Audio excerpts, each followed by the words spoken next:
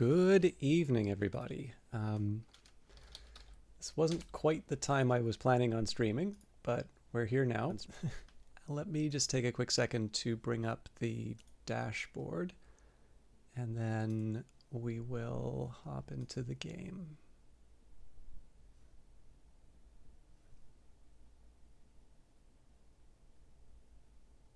Okay, cool. We're marked up for Uplink. So I'm going to try and do a full run, but obviously this is a later start than I was planning. And I will confess, I've actually felt a little, not exactly rudderless, but I'm trying to figure out exactly how I want to balance out my days, just in terms of the streaming. So I think Cyberpunk's not a bad anchor for Fridays, but I do have a couple of games that I would like to stream. And I'm not quite sure what the best options are in terms of just... Hey, Algrins, thank you very much for the resub.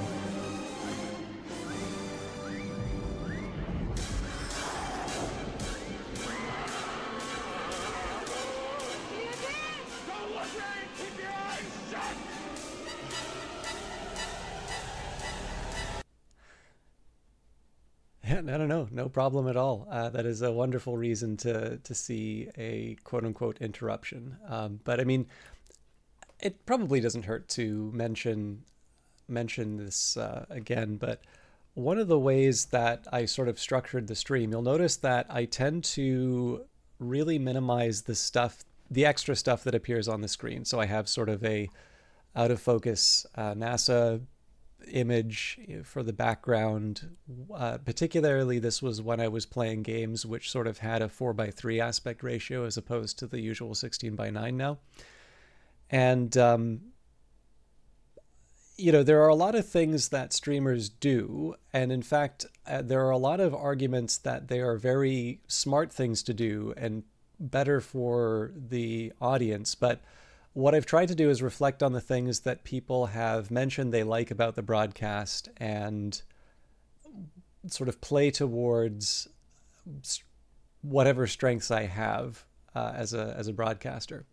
So, for example, people mention, the quality of my voice. They like that. So anything that I can do to sort of enhance that, so much the better. So this is why, in terms of purchases, I made sure to get maybe not, I mean, there are definitely better mics that I can get, but this is certainly not a bad mic relative to sort of what I was working with before. But that would also be why I don't have something like a face cam.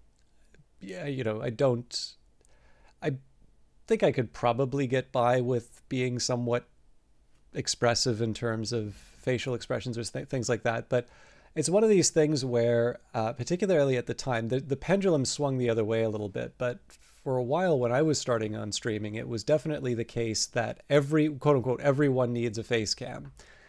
And this is really one of those times, in my opinion, where you say, why? Why do I need that?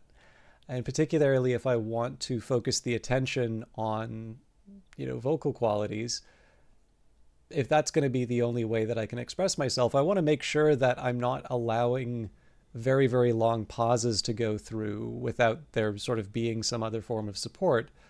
But as long as I'm conscious of that, there isn't quite the same reason to say, it is imperative to have some form of non-verbal communication in the broadcast. Other things like including a chat screen. Now, there's a couple of reasons why I don't do the chat screen as well. One of the things I actually don't like about... So, number one, the broadcast platform already has a chat. So I'm not entirely sure what the purpose of having a second chat with the same information. I'm not really sure what that does. It definitely pulls attention away from the game, which is definitely not the thing that I want. But there's a very practical side of it, which I really wish more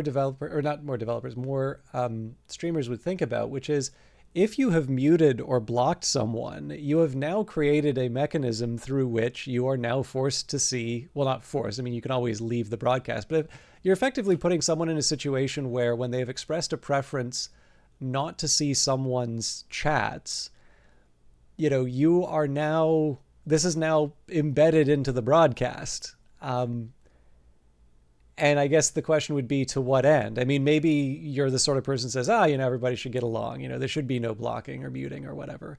And, people will block and mute for really dumb reasons, but that's not my job to tell them what the good and the bad reasons are. My job really isn't to adjudicate drama. And frankly, I would much prefer people to mute or block than, air the dirty laundry inside the chat. So, having apparently some sort of authoritative chat, where people are apparently no longer going to be, choosing who they interact with, but rather, you're now going to embed it into your broadcast. I don't know. I mean, I get that if you want to have like a VOD or something and have a record of what was said in chat, I suppose there's that sort of thing. But I actually see, for the most part, I actually see quite a bit of value in just allowing things that are said in chat to go away, particularly, if there's a certain dynamic in chat, given the fact that it's more likely people will take things out of context and then create problems down the road, it seems a little bit more decent to allow people it's a little bit like deleting your tweets, right? Like, some people by default will delete, their tweets after a year or 6 months or something like that. They don't feel that there needs to be some sort of long-standing archive of their tweets. And again, in terms of a broadcast, if you have a certain streamer and they are recording their chats, you don't get that option anymore. Your conduct in chat is going to be determined, like, it's going to survive as long as that broadcaster keeps that sort of stuff, which, I don't know, like,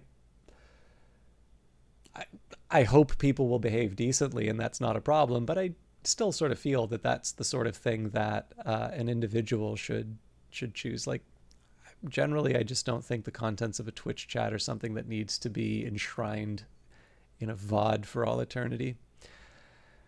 But this is a long roundabout way of explaining the arc. The one case where I do make an exception for the covering up the game or otherwise drawing attention away would be things like donations and subscriptions and following. And the idea behind that, of course, is that it is nice to give people an opportunity to put into the stream. And I figure that those are some behaviors that would be nice to incentivize anyway. So allowing people to have their little moment on the broadcast, once a month if it's a subscription, or when they come in and follow for the first time, or when they choose to donate, all of those are, I figured that those are pretty decent ways to reward it. And of course, I'm not somebody who has an enormous following, and so it's one of those things where it isn't too big of an interruption. Obviously, if there was a faster rate of those things happening, I'd need to reconsider it. But it seems to be a nice little way to balance out a marker and something that lets somebody get a bit of a reward for showing that support, and it's something I appreciate. So. All right, but I did promise you all Uplink tonight.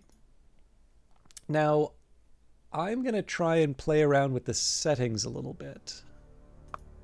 In fact, maybe... Hey, Ellen Ripley, good to see you. Okay, yeah, we're actually already on there. So if I hit this... Still looks pretty tiny.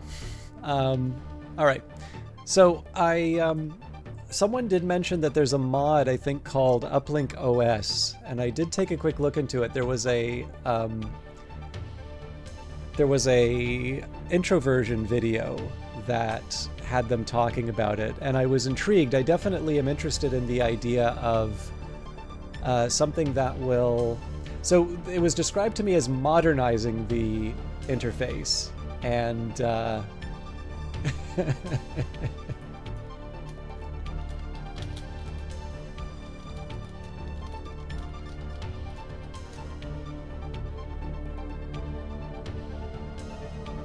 Sorry, somebody just sent me something on Discord. So this was actually one of the drawbacks. When it talks about modernizing the interface, this actually made me a little sad. Because I like the idea of not making these so small. And one thing that would be great would be, so we've got sort of these colors. You know, I have a few different resolution options. However, I'm also conscious about what I can interact with. And overall, it would be great if there was an option to just scale the UI a bit. Which doesn't seem to be there. So again, I'll try and describe the actions that I'm performing in the game as best as I can. And Ellen Ripley, this is basically your job, I'm assuming. You're somebody who, you're red team, black hat, super hacker. Sorry, occasionally I've chatted with Ellen Ripley a couple of times about the odd bit of cyber news, and this is now translated into, yeah, very important and fearsome hacker. But yeah, so I was intrigued by the idea of something that was sort of marked by the developers as a positive development. It seems that this mod, Uplink OS, has actually gotten its sort of finished version, I don't know, like 1.0 or whatever they were going to do. But unfortunately, when it comes to modernizing the UI, it seems that they've actually changed the game. Like, so I don't know if the gameplay is any different, but the interface is actually quite different. And that's one of the things where I do kind of like to retain the original features of the game. The other thing is, this is going to sound so lazy on my part, but the fact that there isn't a Steam Workshop for this, so I need to go to like ModDB or something like that to install it, also just gave me a bit of pause. So I do apologize for the interface. I don't know if I'll see this all the way to the end in terms of an overall broadcast, but people did seem to enjoy watching this before. And then I got started late, and like I said, I'm sort of in between some of the games I have in mind. I suppose I can say there's a few things. I am debating on a strategy game, and then I'm also debating on an RPG, like one of the CRPGs from sort of the top-down. I'm trying to remember if it's an isometric game or not, because like I know you couldn't say Baldur's Gate 3 is isometric. I don't know if there's a preference for RPGs or more formal strategy games, but I definitely have a couple of things that I really want to get through. One of them I think will be a good Friday game when we finish Cyberpunk 2077. But I wasn't sure what to do, so I settled for Uplink. I'll also maybe mention, I haven't settled on it yet, but it is my birthday tomorrow. So sometimes, in fact, usually I do a stream on the birthday. It just happens to be a Tuesday this time around, so I will...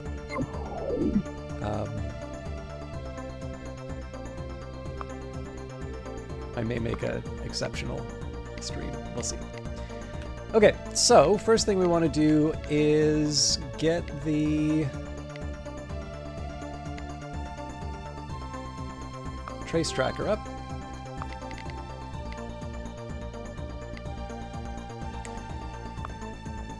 Uplink Corporation. The Uplink Corporation is now preparing your new gateway computer. This will take around 24 hours, at which point we will notify you to disconnect and reconnect. This will allow us to reroute to your new gateway. All right. Might not be a bad idea for me to... nope, we do have another item here.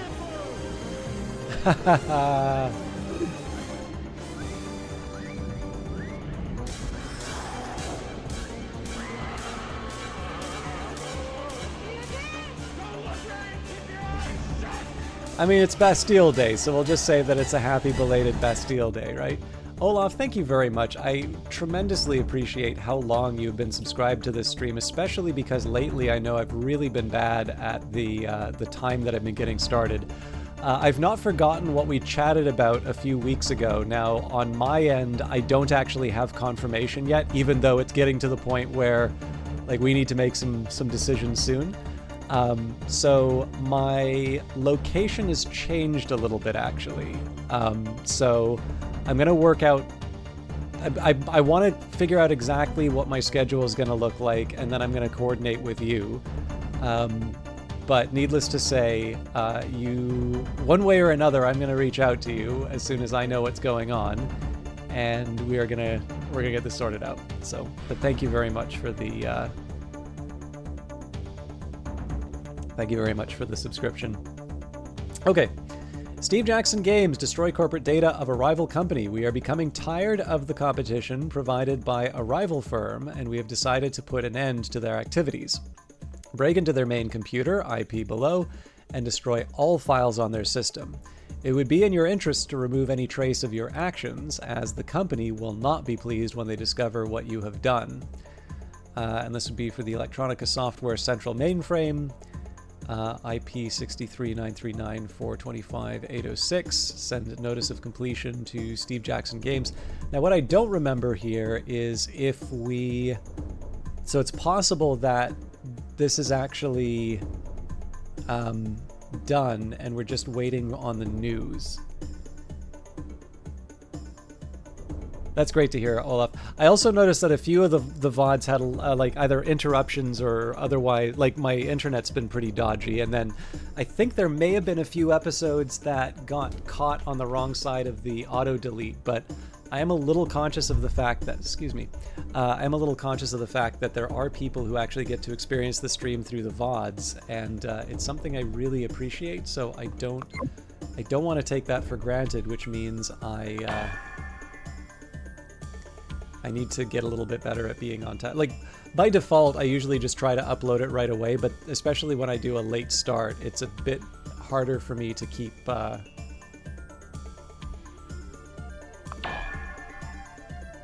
So, terrible excuse, of course, but...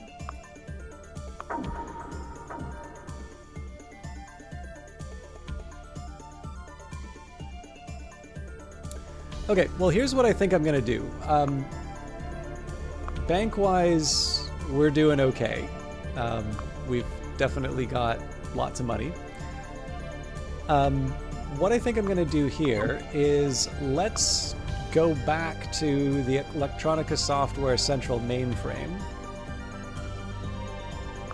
I have a feeling that I'm actually going to have to get a few other details here.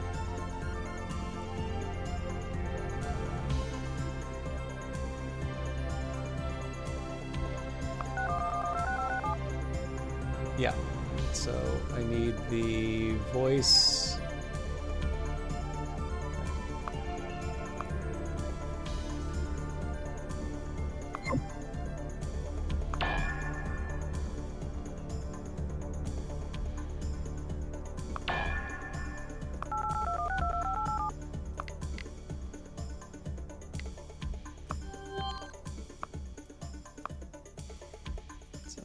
Voice analyzer. We will show you what that's for momentarily. I'm just adding the administrator Andrew Evans to my phone book.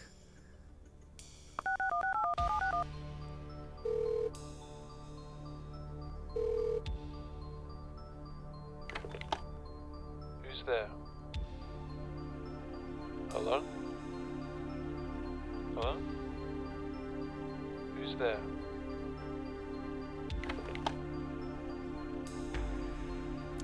Okay, so we've got a voice to synthesize. Once upon a time, this was science fiction. All right, so we'll load the connection again.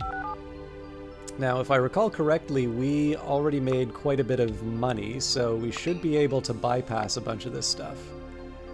So we'll bypass the monitor. We'll bypass the proxy. And then we'll bypass the firewall. This basically means that we can do mean things. Hello. I am the system administrator. Without the we can do mean things without the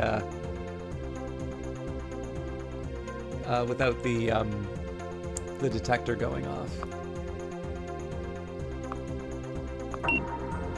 Hey, that worked. All right, let's look at the file server. All right, yeah, so this is completely empty. Now we've got 135 seconds to go, so I'm gonna get rid of some extra logs.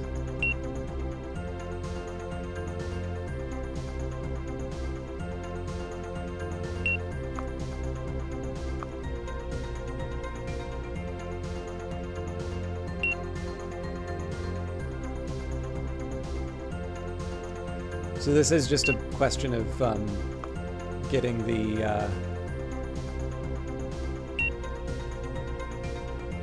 or letting the news come up. So right now this is pretty slow just because I'm still on the old machine.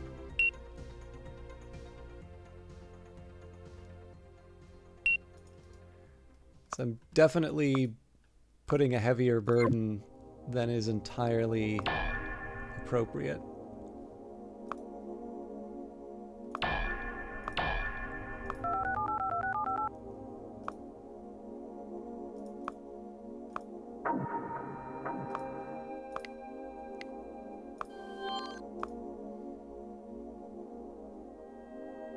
We'll just get rid of all the routing here. So the fun thing about this game is it's kind of like you've downloaded almost like it.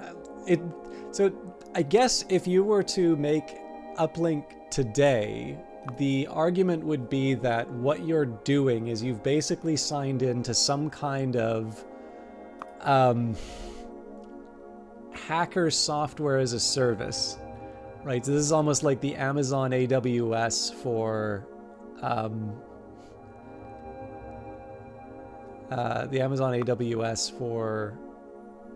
computer crimes, and it kind of gives you this plausible deniability in terms of the, this isn't going to be very fun to watch me delete these in on the original machine, so.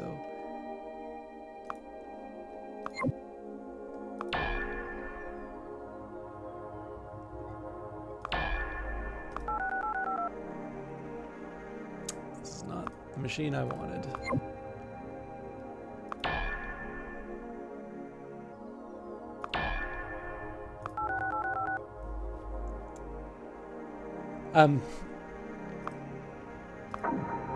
Yeah, so you're basically given this nice big interface for all the bad things that you want to do. You'll pay your fee, etc., etc.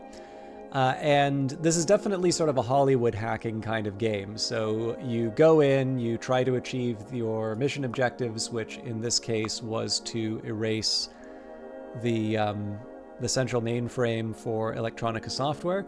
Now, I did do that. However, the condition for a mission like this is that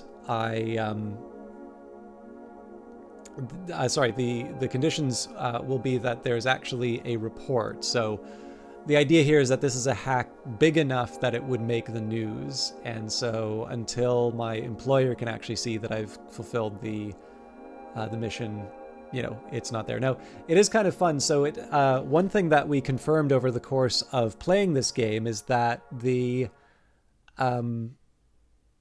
are it simulates other hackers in the background performing actions, and that can sometimes mean that they'll actually delete the data that you need to get, which doesn't always feel good. But then that's also why I've taken a slightly more anarchic approach to this round, because destroying data is always fashionable. But it's also kind of interesting because there is a little bit of a story here. So let's see if we can find some of the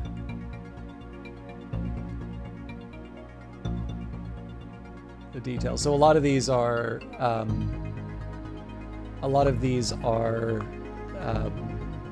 the player character over time. So Andromeda Research Corporation, otherwise known as ARC, have been extremely busy lately. The company has been hiring all of the top Uplink agents for the past couple of weeks, sometimes posting several missions in one day. Details are thin, but it appears that the work done is very vague in nature. ARC are keeping quiet about the ultimate goal of this work, and all of the agents involved are sworn to secrecy. Analysts predict that ARC has spent over 50,000 credits in the last week alone on agent fees. At the time of writing, ARC was unwilling to comment. Moving on, so that was on March 25th. On March 29th, high-ranking agent raises doubts over ARC. One of the top-ranking Uplink agents has broken the silence over the recent activity of ARC, Andromeda Research Corporation, and raised doubts over the morality of the work being done. The announcement comes less than a month after ARC began recruiting all the top agents for work on some unspecified project. The man in question, known as Agent Deathstalker, is one of the top-rank agents in the world and is well respected throughout the hacker community. He states that we don't know anything about this company ARC. Some of the work that I've seen done for them is highly suspicious and could be used in a very destructive manner if properly exploited. ARC are relying on the unofficial code of honor of Uplink agents that they won't discuss what they were working on. Someone needs to come forward and explain what this company is up to. Once again, ARC refused to comment but did say a press release was imminent.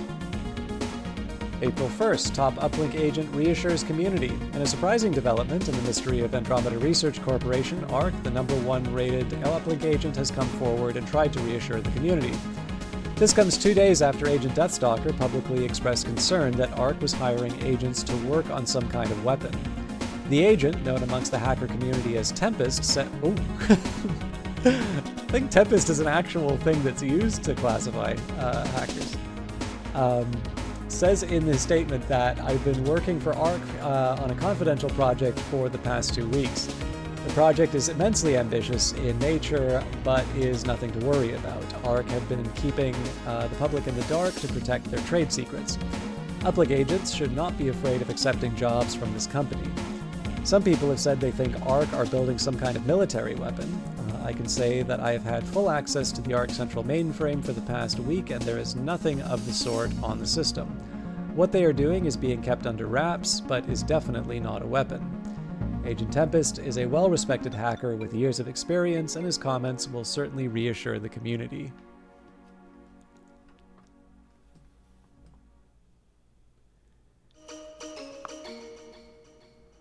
All right. So I will definitely say that this story. See, this is why it's nice to have. Oh, okay. Convenient timing. Top agent working for ARC found dead. Agent Tempest has been found dead in his house after an apparent suicide. Preliminary forensic analysis suggests he overdosed on sleeping pills. He was at the top of the agent dashboard and made news recently after commenting on the actions of Andromeda Research Corporation, ARC. He had been working for them on their latest product, which is currently shrouded in mystery. This latest development will no doubt add to the mystery surrounding the project. ARC released a statement earlier today stating he was the best programmer we had ever seen and was a lead player in the project. For something like this to happen is a tragedy of the greatest order. Our thoughts go out to this man's family and friends. So there's definitely a sort of cyberpunkish story going on in the background here. And again, there was this nice element to this game where I don't think anybody was sort of checking to see if their computer was actually connecting to something, but the game actually started not with a normal like credit screen or anything like that. You'd actually just begin with the login, which I thought was a nice little bit of, I don't know, it almost feels like verisimilitude is the right word to use here, but there's just nice little touch to give it a certain feel. But again, the drawback is it's a bit of an old game now, so I appreciate the UI is a bit difficult to see with the resolution. So I'm going to speed this. Actually, I'm going to take a look to see if there's any missions. So really at this point, I want to be doing things that will be improving my Neuromancer rating, which is, as it says here, unofficial, aggressive, a level 6 Uplink agent, elite.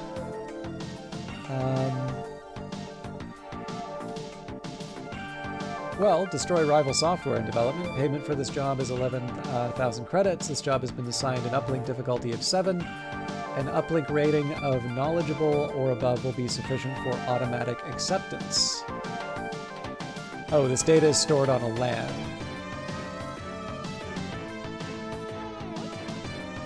I have the land viewer. I'm not very good at lands, but we can give it a shot.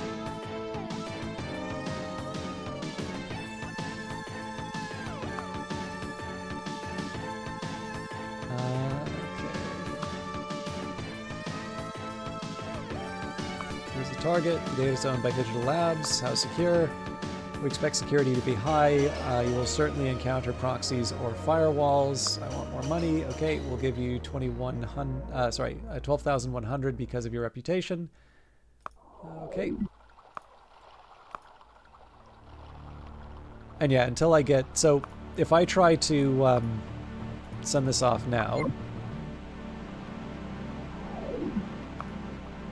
we've not heard word yet that the damage has been done. So, rather than sit around waiting for the news, I could speed up the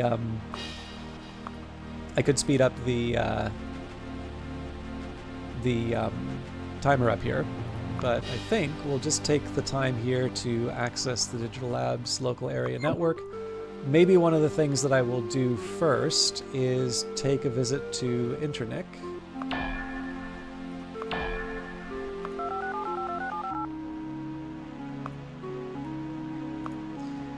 Let's get the details for the there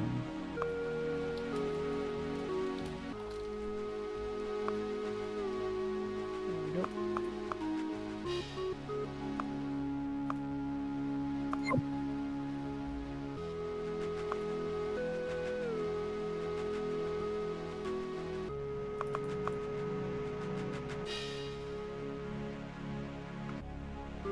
Sorry, just trying to find the Digital Labs.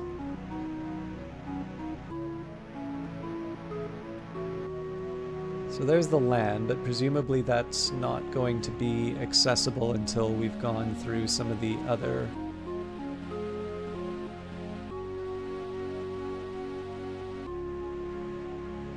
Ah, here we go.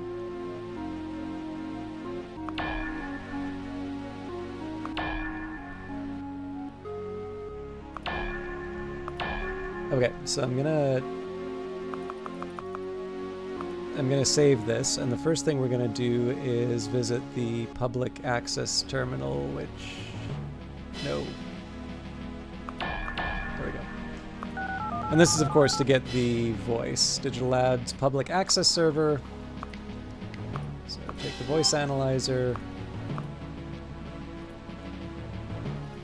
One thing that I'm kind of breaking in... So remember how I sort of said this is Hollywood hacking. So part of it is to go in and fulfill your mission, but the other part is to also remove any traces of your activities. So in this case here, for Stephen Mead's voice system, it's a little silly here that I'm directly connecting, right? So presumably, if there's this major compromise that happens on a system that this guy is administering,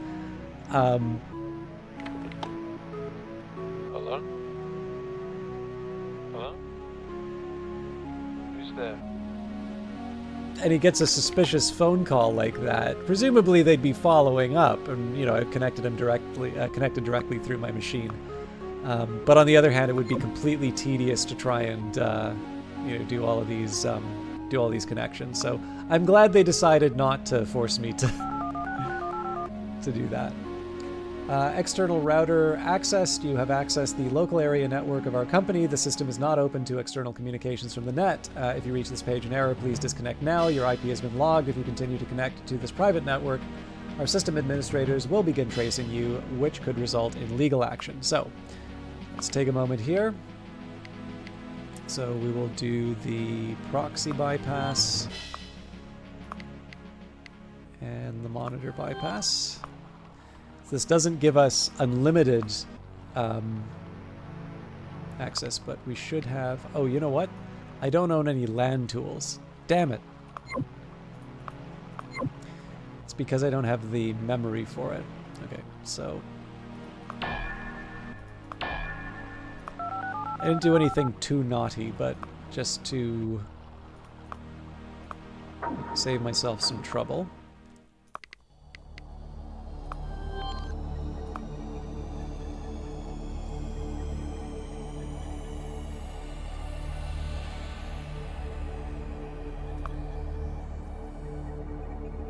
would be slightly faster if I did it from the top to the bottom, but I also do apologize. I realize it's been like half an hour and there's been absolutely nothing to happen in the game yet, so...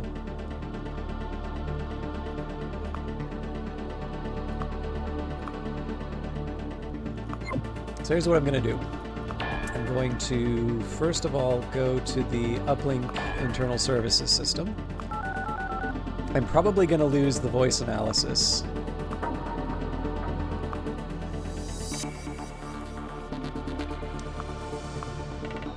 Alright. Electronica Software loses gigaquads of customer data due to malicious hackers. Electronica Software found themselves in the public eye today as one of their primary computer systems suffered a complete failure, resulting in a large amount of lost data. The computer system that was damaged was used to hold customer records and sales data. It is believed that all backups of the data were also destroyed, leading the company to believe that this was a deliberate act. Electronica Software today issued a statement saying they were investigating the incident.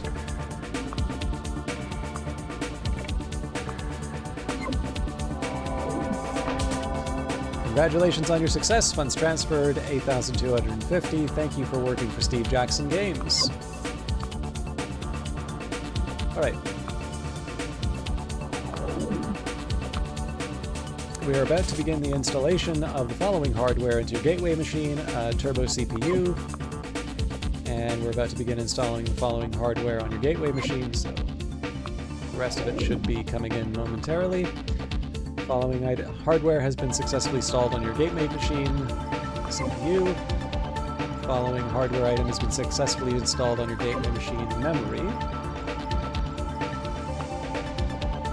Alright, well, you know what? Let's see if we can make something happen with the software now.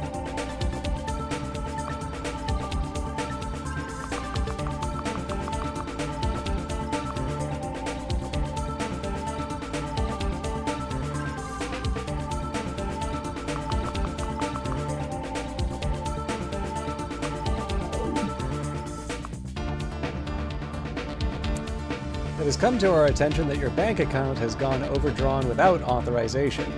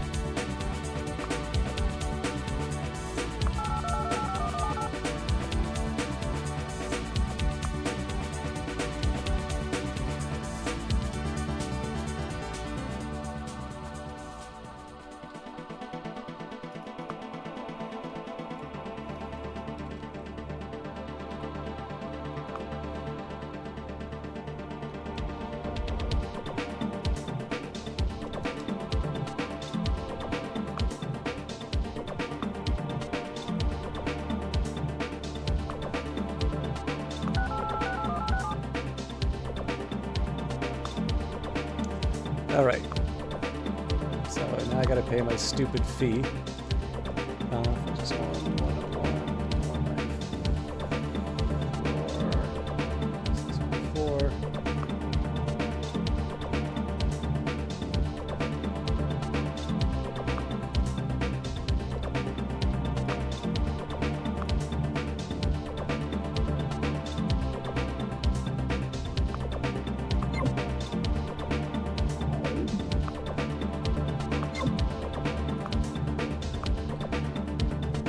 Alright. Let's try that again.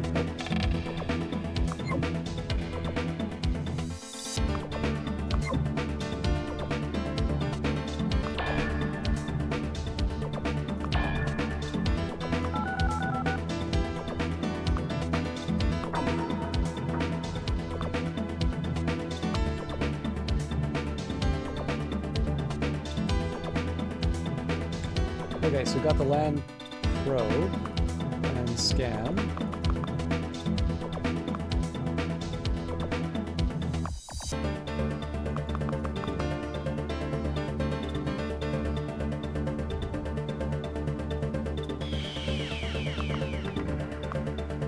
All right, so we're now completely filled. All right. And we can't do any better in terms of our gateway. We either need to wait for the upgraded machine, but I think let's try our best with the system we've got.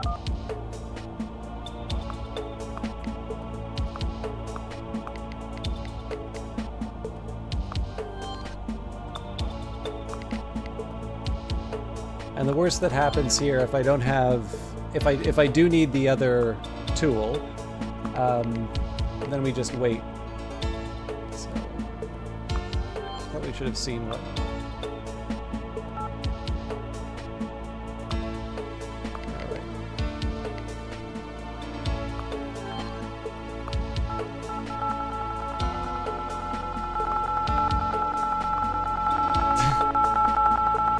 I'm getting the impression there's quite a few things for me to interact with then.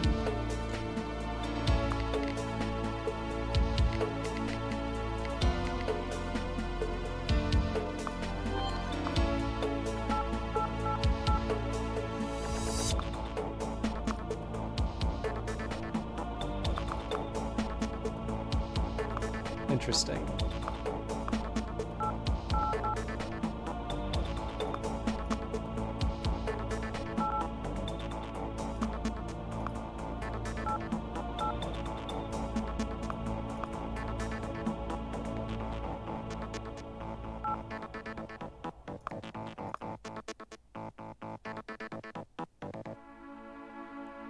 So this is kind of neat, actually. I've never really done a LAN like this before, so in this case here, I'm kind of getting some recon on what I'm trying to do here,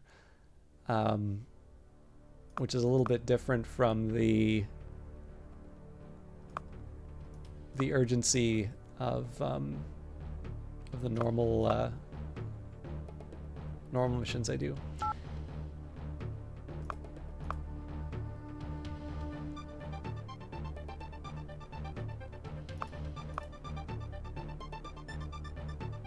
Now this intrigues me, right? When it says guarded by these. So like there is a side of me that just wonders like, why can't I just connect to this thing and hop in? I mean, obviously, actually here, what does, I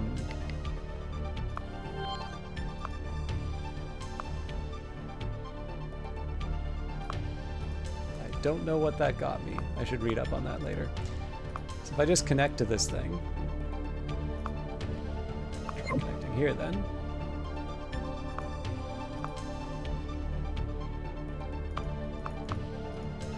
Okay, so something's keeping me. This is the part that I always struggle with a little bit. So if I go to connect here and it's not connecting me in, I'm assuming it has something to do with this guarded by.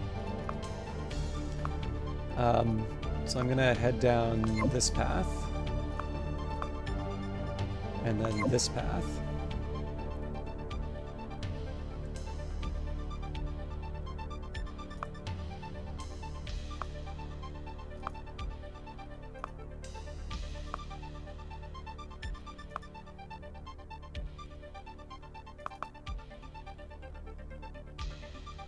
Now this should be the point.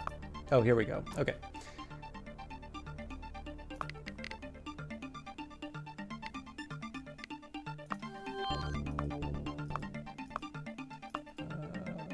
Decryptor then.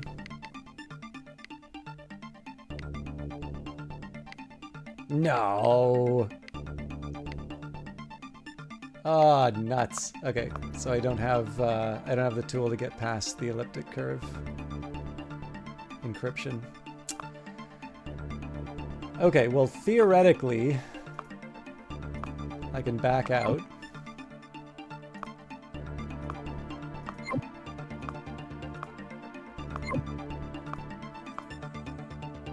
I'm not hopeful that things are going to yeah, it's same problem here.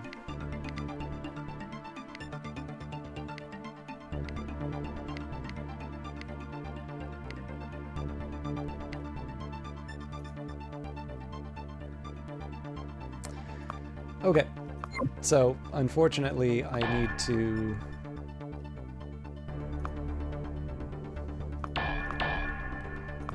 I need to wait for my better computer.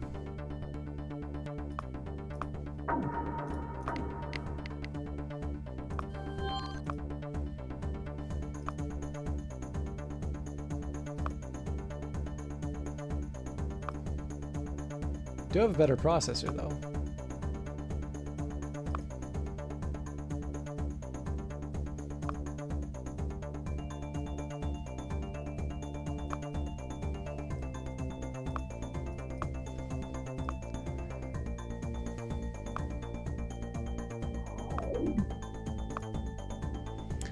We have finished preparing your new gateway machine. We have installed identical hardware in this new gateway, and we have copied your memory banks onto the new system. In order to complete the upgrade, you must now log out from Uplink. When you next log back into the system, you will be automatically redirected to your new gateway system.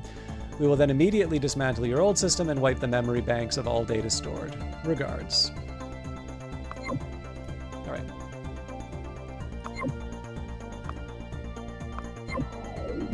Congratulations, Agent. You are now using your new gateway, and your old one is already being dismantled. If you view your hardware profile, you should see your new gateway in place. If you experience any problems with this new system, please get in contact with us. So, of course, we also need to get all the old programs up.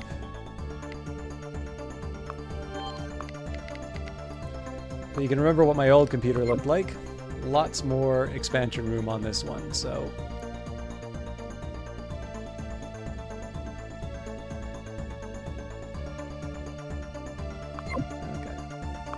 So we're gonna buy a whole bunch of stuff first.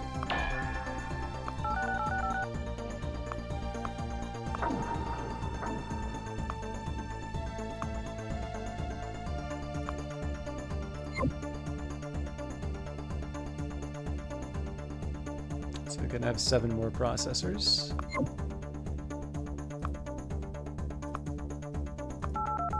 No!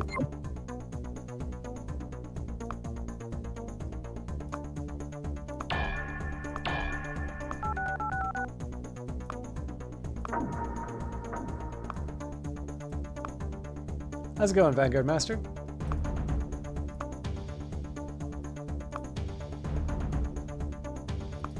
All right. 1, 2, 3, 4, 5, 6, 7.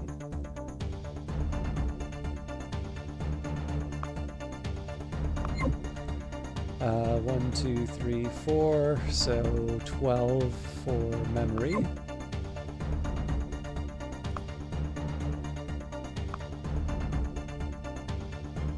Right, hang on. I can make this a little bit easier for myself. Or maybe not. I can't remember. I think these are 8. So I should just be able to buy 3 of these.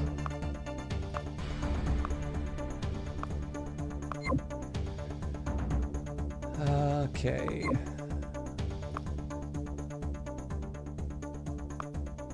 I don't think I can fit the 10 yet. Okay, so we've got the 8 at least.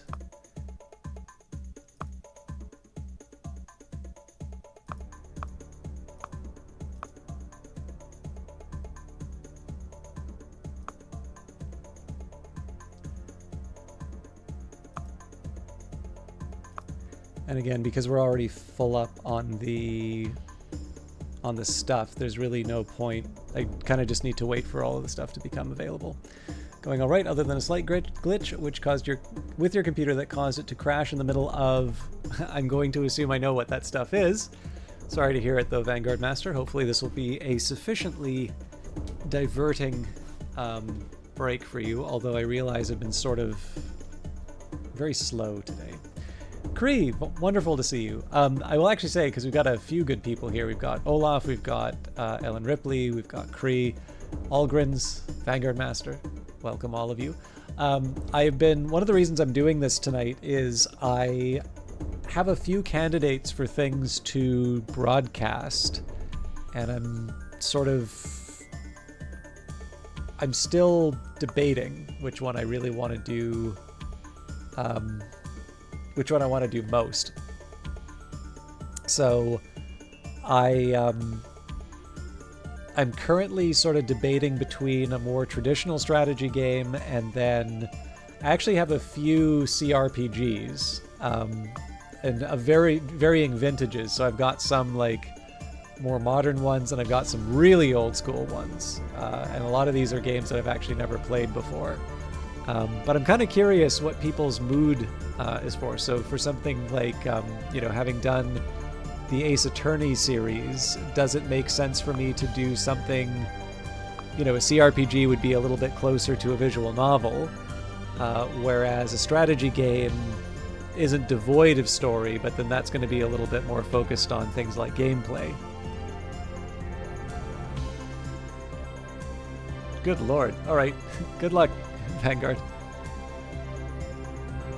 Sorry, we're just going to advance time. All right, here we go. We're about to begin installation of the following hardware on your gateway machine. So CPU, CPU, CPU, CPU.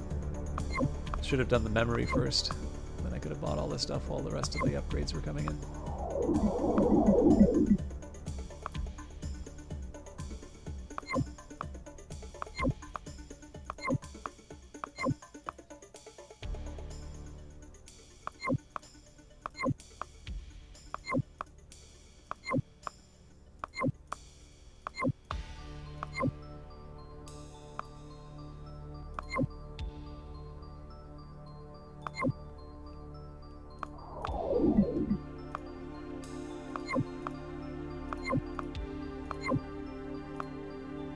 All right, so this gives me enough time. This gives me enough to get.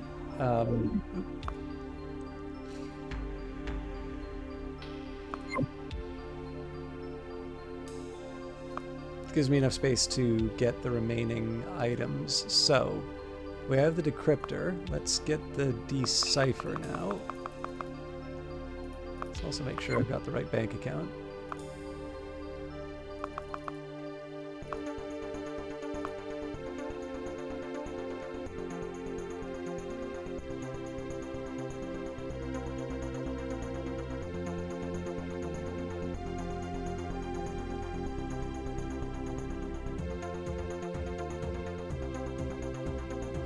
And then LAN, I was missing the force.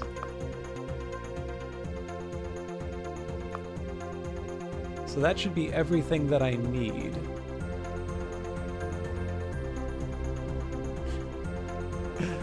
I'm definitely sympathetic.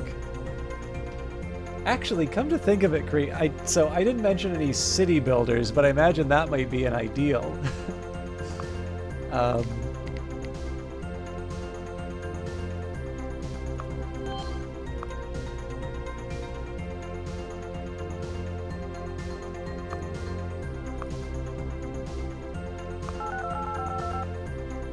Alright, let's see if I can figure out lands. Actually, the other thing I could have done was Who's there? looked at the Hello? the descriptions of all the different land bits. We'll see how we'll figure it out through trial and error.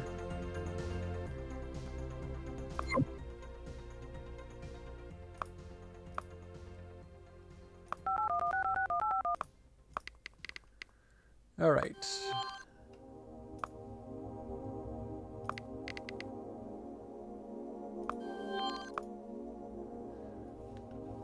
And in the absolute worst case scenario, oh, my security measures haven't been installed yet.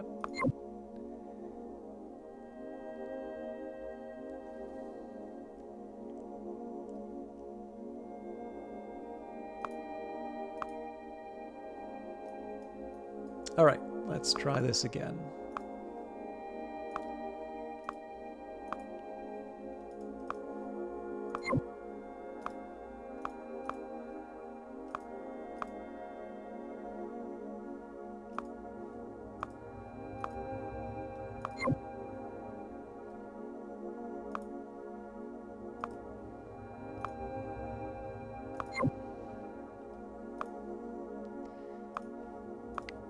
So here I should be able to do the decipher.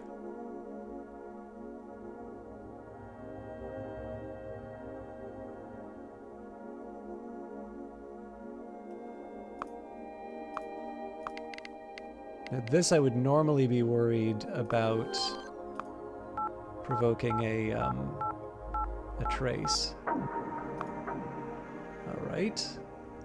Disable the locks.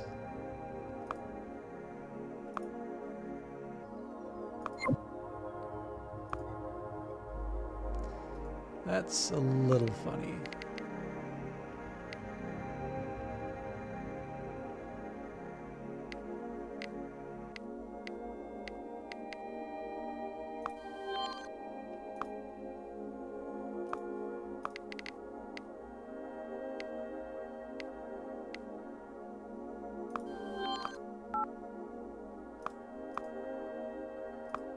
Another lock.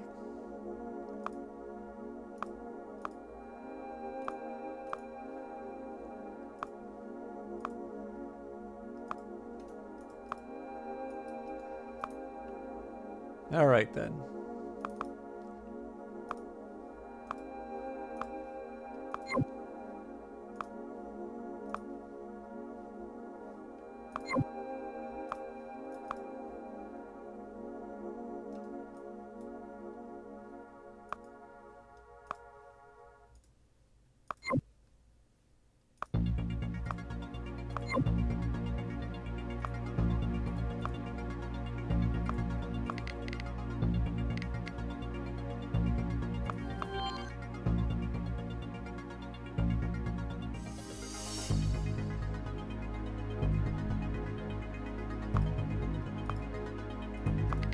I'm going to assume it's not the same password, but that will be hilarious if it is.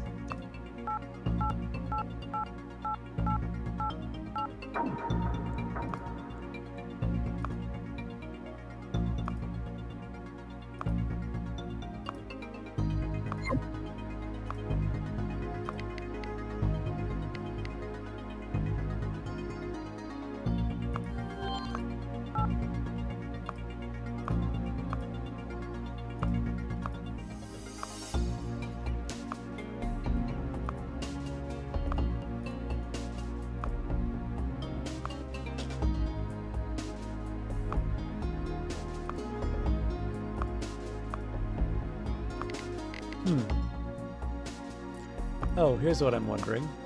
So when it says valid subnet, I wonder...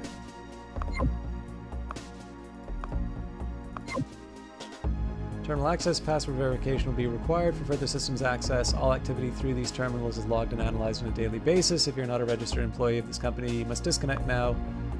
Yeah.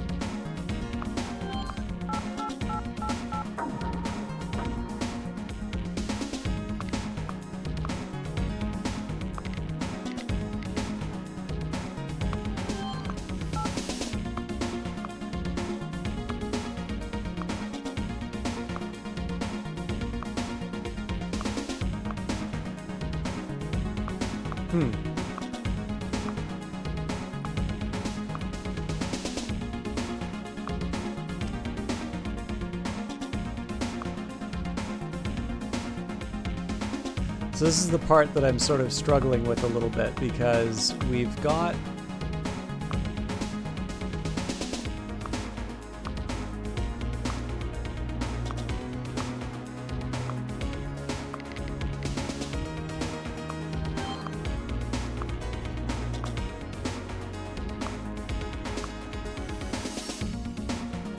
Yeah, we have these machines. So I sort of get the layout, right? So it says the main server is protected by these items. Fair enough. Now it seems to me like I've accessed the machines that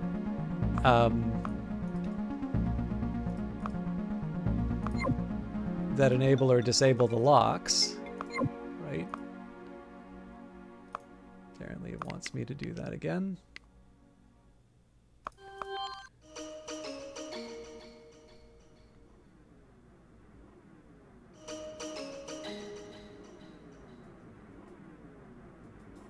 Digital dreams crossing over the sea.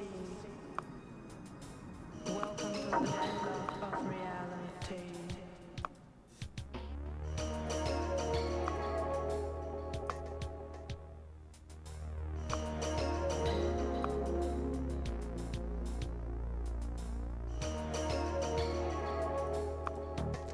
I mean, I suppose the other thing I can try would be enable, disable. I don't see any meaningful difference between the two. This lock is disabled. And then the connect part here doesn't seem to do anything.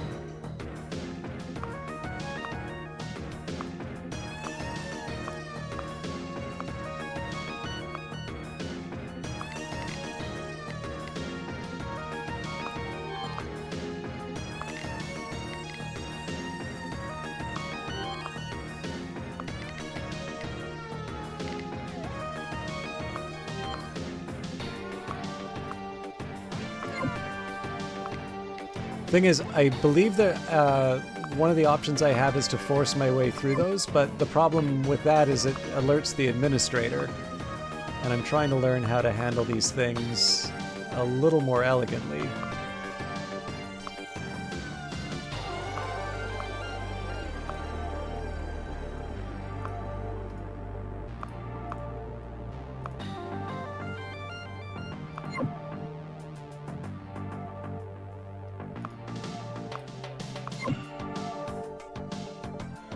So it says that lock's disabled.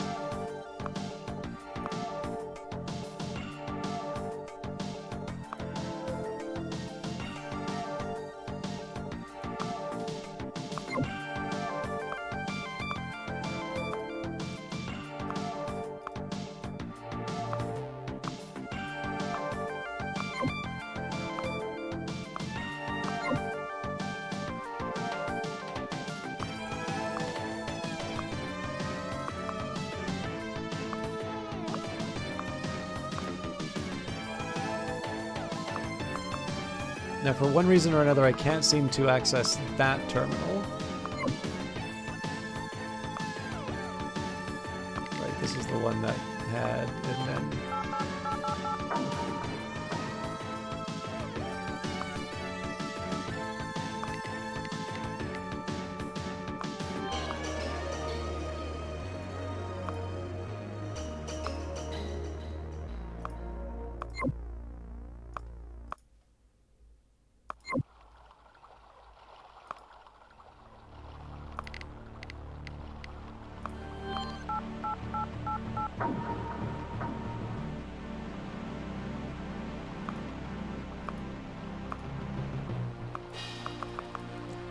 And then again, we're sort of stuck when we get here.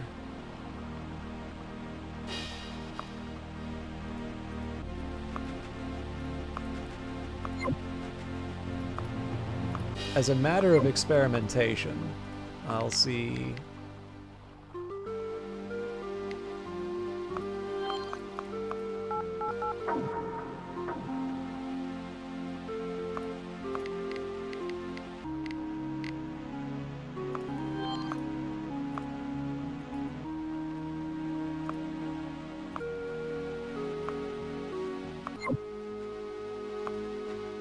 I suppose I could spoof every single thing that I've seen, but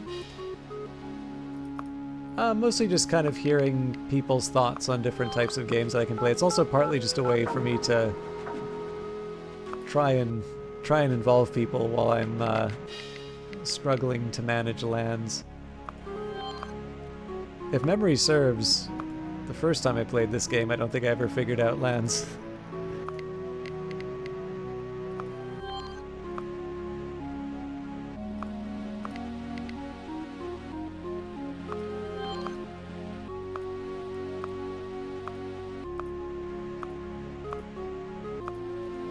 Okay, well, did my best.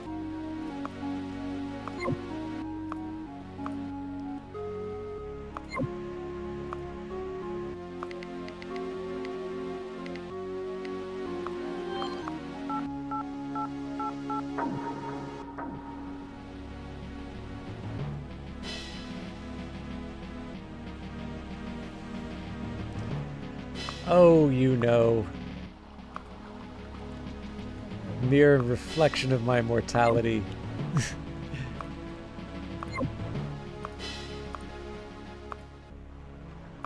Alright. We're gonna try this the hard way.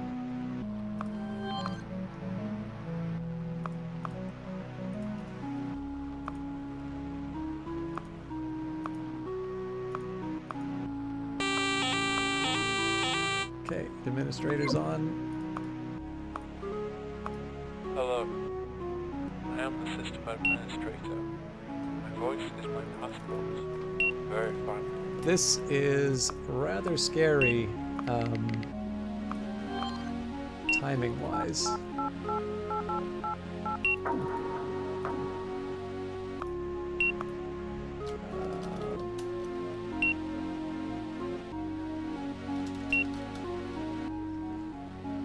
Oh, crap. I think that could mean...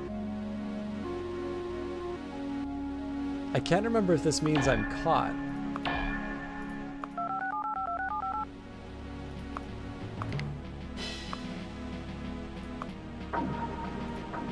There's going to be a couple things that I do to protect myself, though.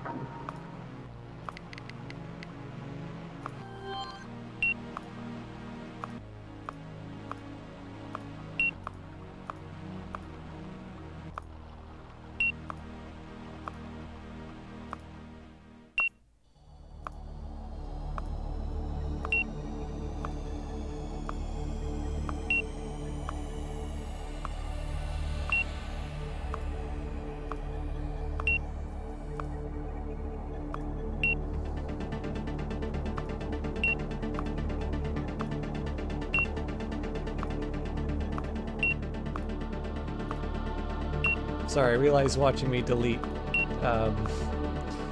logs is probably the most stimulating part of Uplink.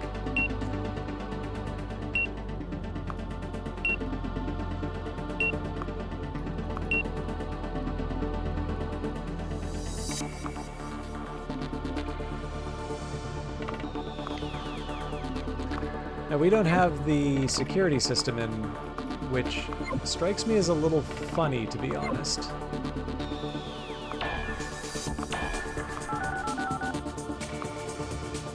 But there's a couple things that I want to do anyway, so... right, wrong.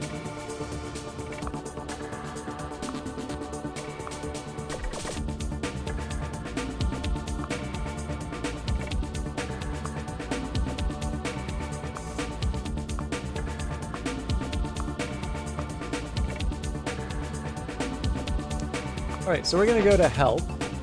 And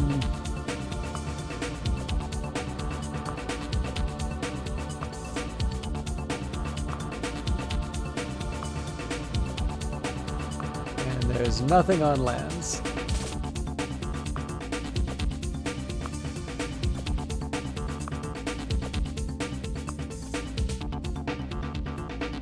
Cool. Alright. Let's get the read on what it says inside here. So, LAN probe scans a single system on a LAN and the links running to it. LAN scan scans an entire LAN looking for systems. LAN spoof spoofs a system on the network, fooling the network itself into believing that you are that system. LAN force. This tool will force open any lock system that you might encounter on a LAN system. The sysadmin will probably notice this, as indeed they did. Okay.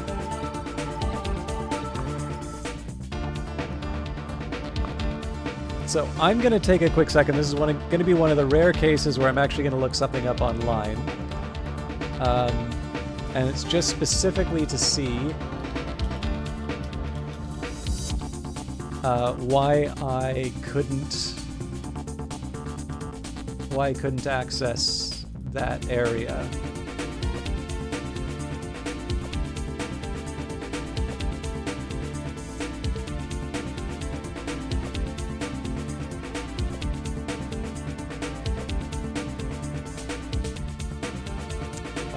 This is useless.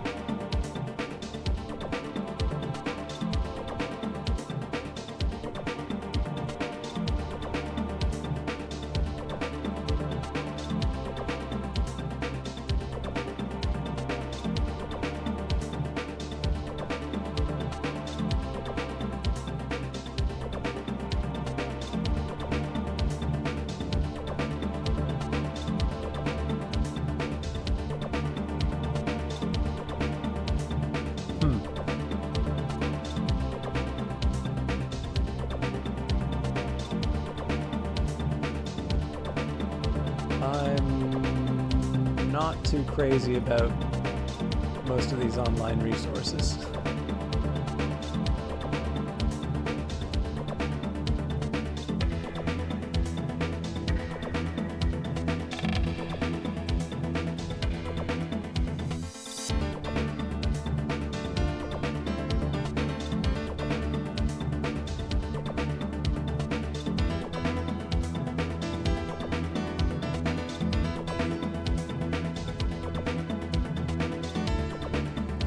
Okay,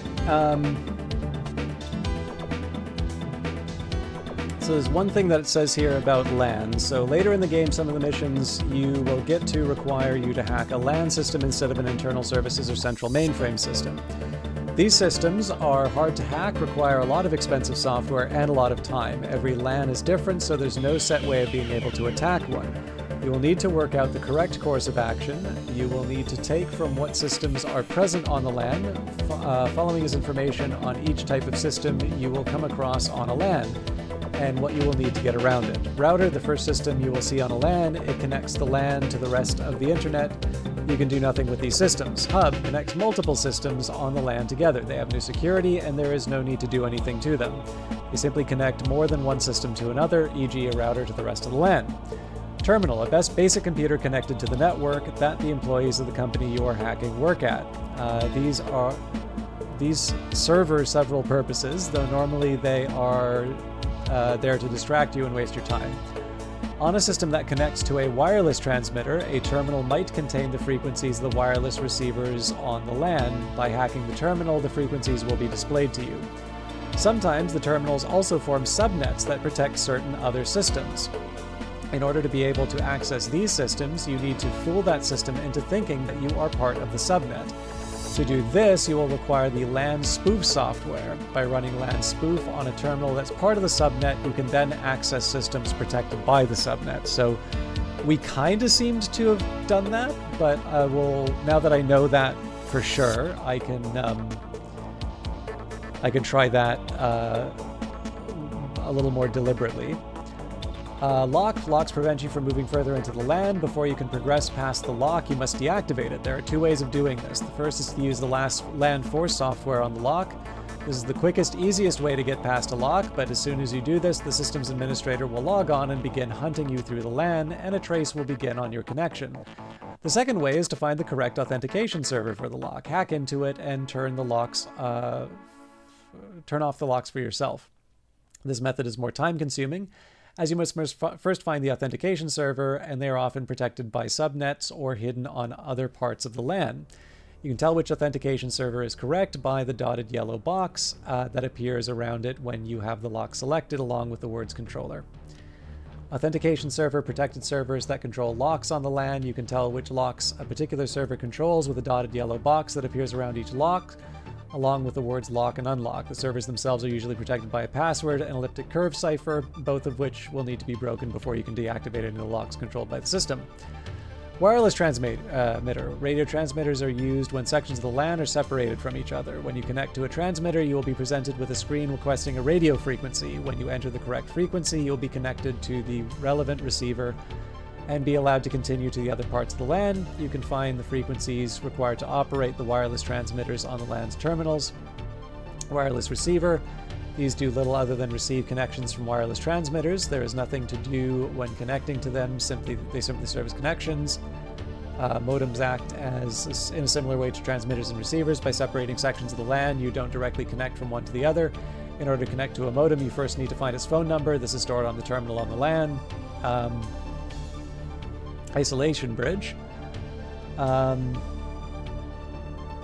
Isolation bridge works in a similar way to the authentication server, except that instead of controlling one lock, it controls two. One of these locks will always be open and the other will always be closed. When you see an isolation bridge, the closed lock will open and the open one will close. Subnets aren't actually types of the system, but groups of terminals used to protect other systems. A system protected by a subnet will not accept connections from anything that isn't part of the subnet. When you click on a system, valid subnet will appear on any systems forming the subnet that's guarding that system, along with a dotted yellow box. To connect to one of these protected systems, you will need to use the LAN spoof to fool the system into thinking that you're part of the subnet. Once you've used the LAN spoof, you will be able to connect to the system normally.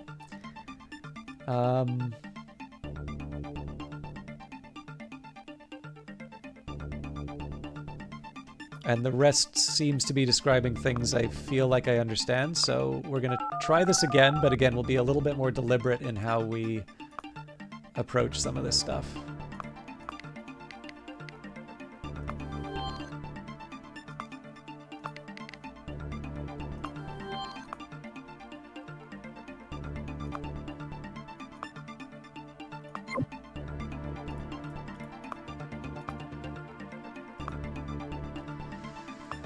So again, our main deal here is we want to disable these three.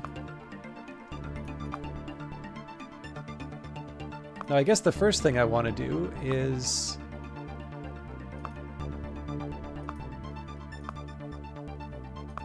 Wait a minute. Oh, alright. Well, that's easy. Ah, crap. I am the system administrator. My voice is my passport. Verify me.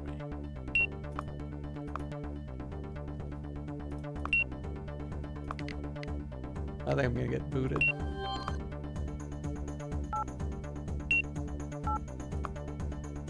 Yeah, I mean, he's already here, right? So...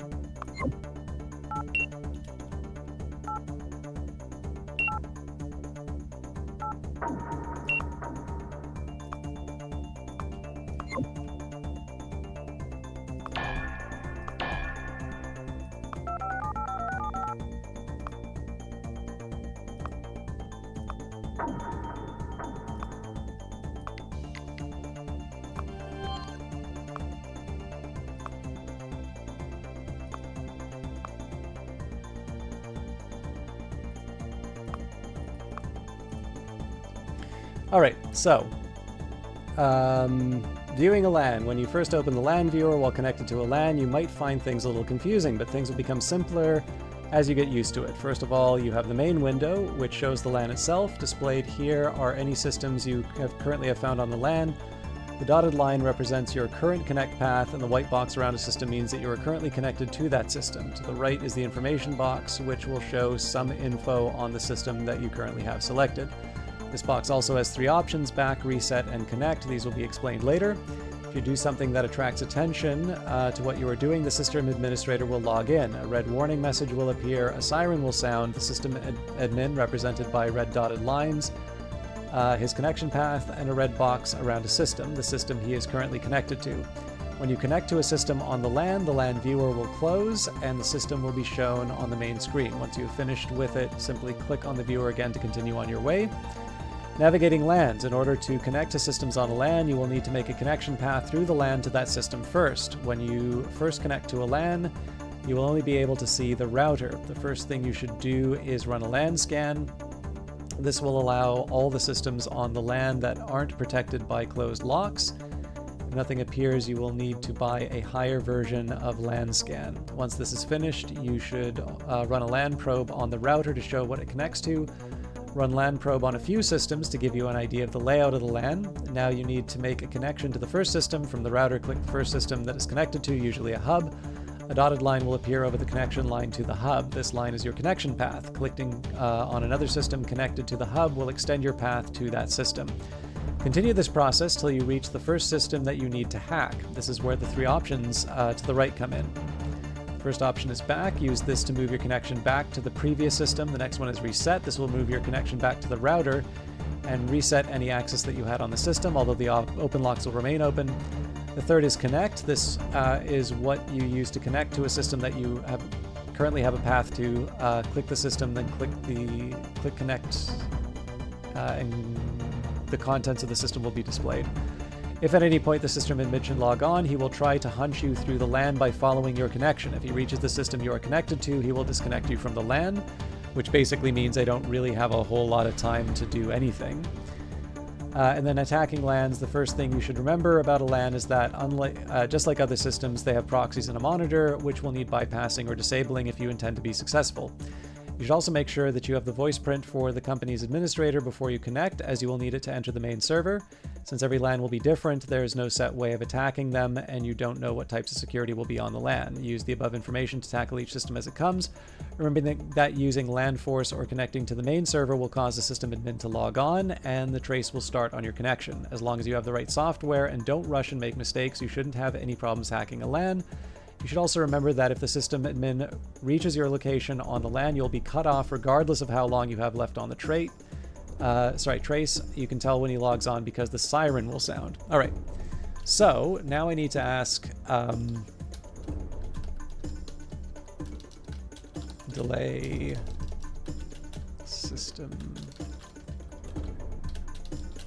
LAN.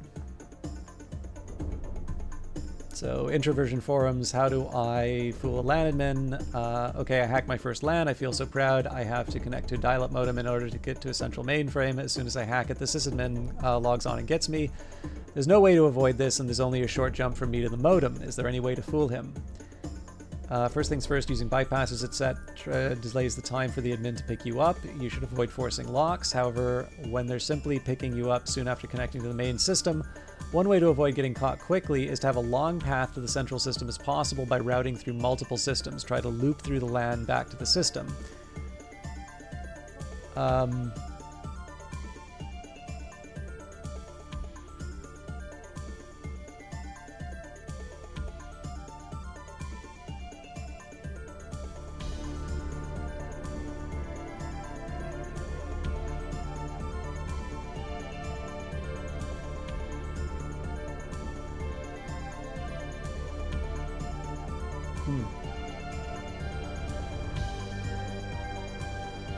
Yeah, so I mean, I see what they're saying here, but I don't actually think that's relevant to the situation we find ourselves in.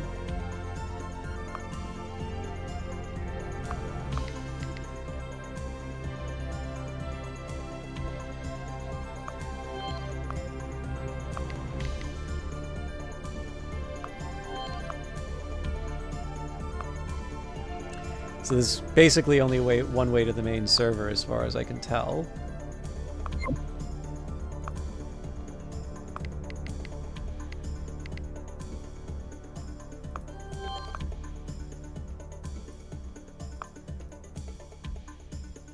I mean, I can try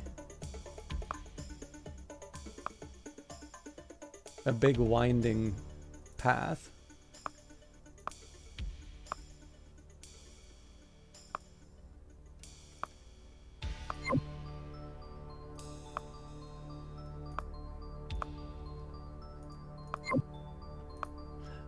Actually, I think I kind of see the logic of this now. Yeah, but it just rolls me back. Okay.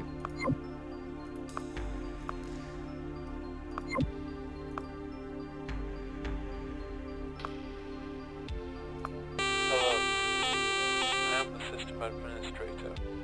My voice is my passport. Verify me.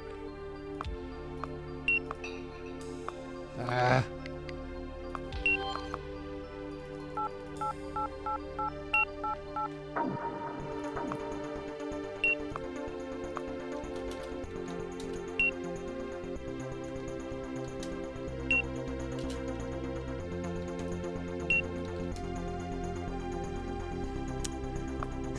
Just enough time to get kicked off the...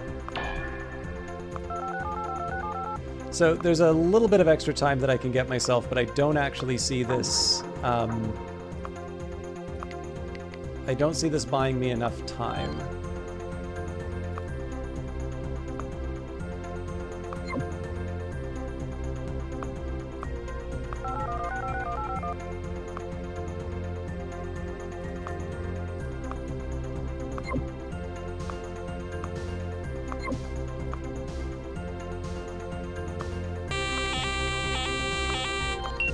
Didn't really help me. Hello, I am the system administrator. My voice is my passport. Verify me.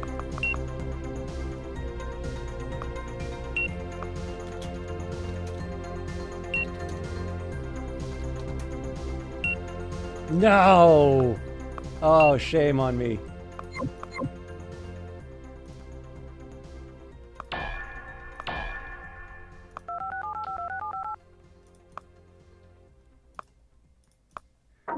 That was my bad for not doing the,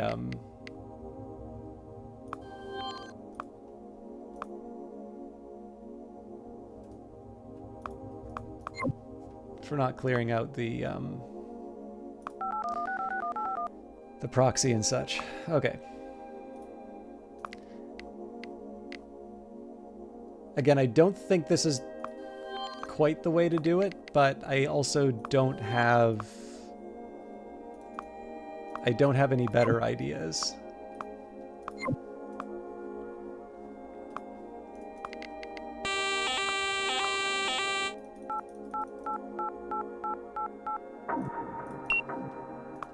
Hello, I am the system administrator. My voice is my passport. Verify me.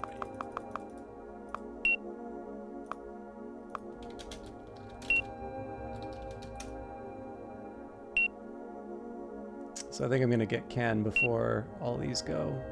Yeah, so I can only get 2 files before I got thrown off. Which suggests to me I should probably just do it manually in parts. But I find it hard to believe that this is actually the intended way for me to do a mission like this.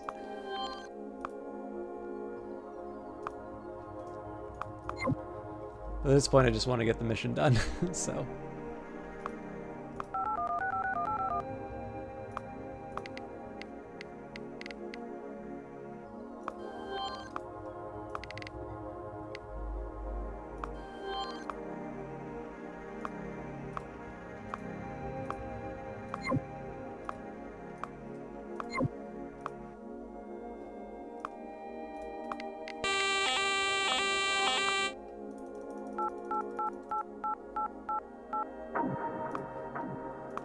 Hello, I am the system administrator. My voice is my passport. Verify me.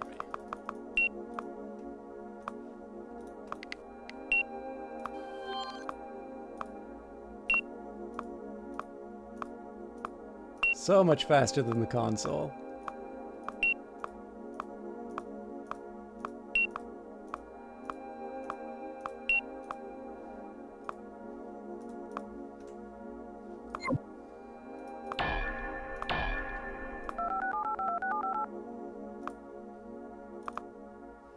Oops.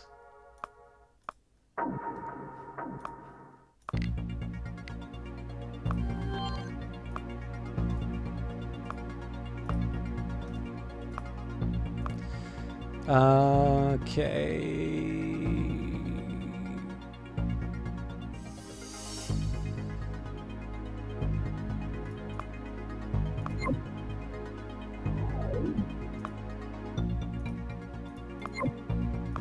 Or that the damage has been done. So there's going to be one more thing that I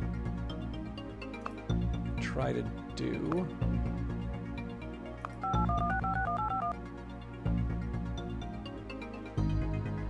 I don't know if I actually need to crash the system, but I'll see if I can... I'll see if I can get away with that, too.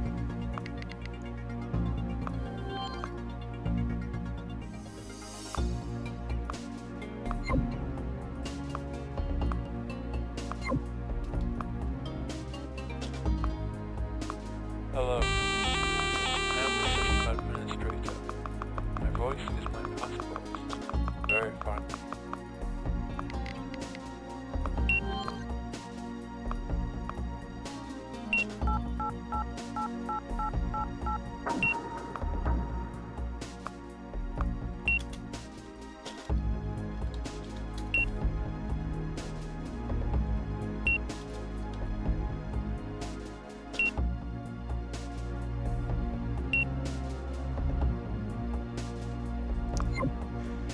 That was worth a try.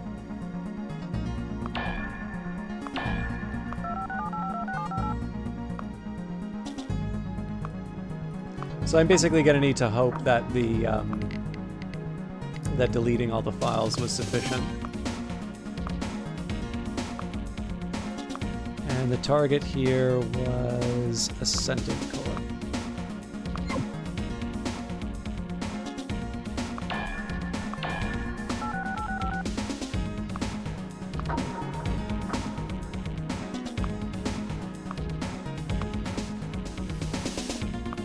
That's the one. Oh, never mind. Alright, thank you for working for Ascendant Corp. This is an automated response. Please do not reply. Not exactly my best work.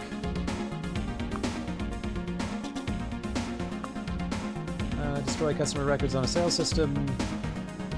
Data stored on a LAN.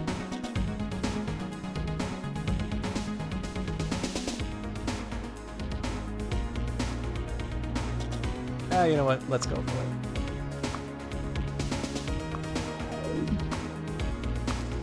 This is for broadband technology. Okay.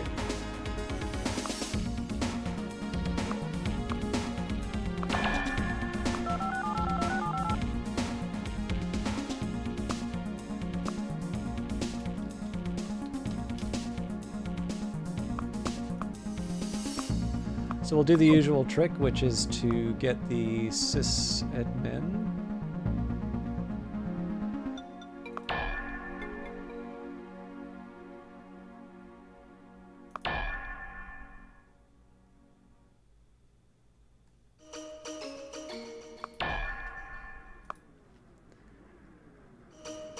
Oh dear. Digital greetings crossing over the sea. Welcome to the deadlock of reality.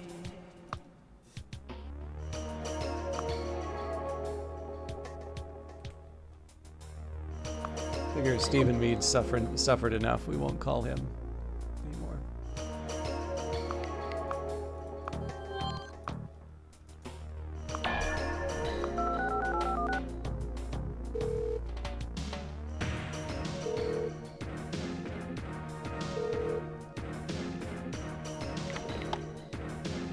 Hello? Hello? Who's there?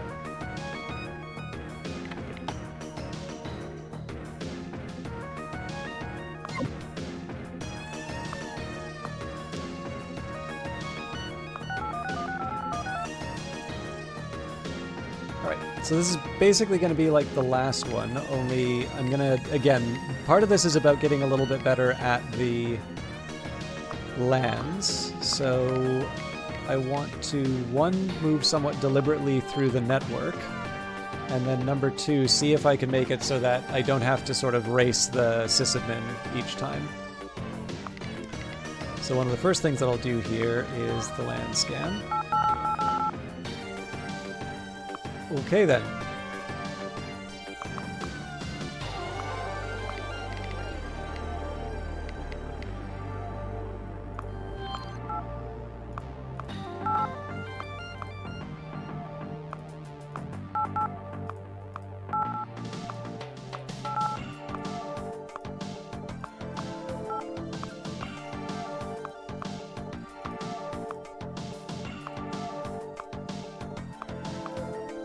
This basically feels like the old one.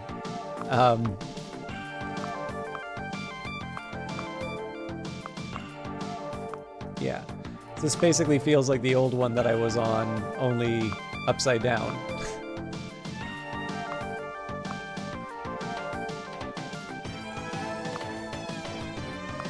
So this feels like it should be something that I can just directly connect to.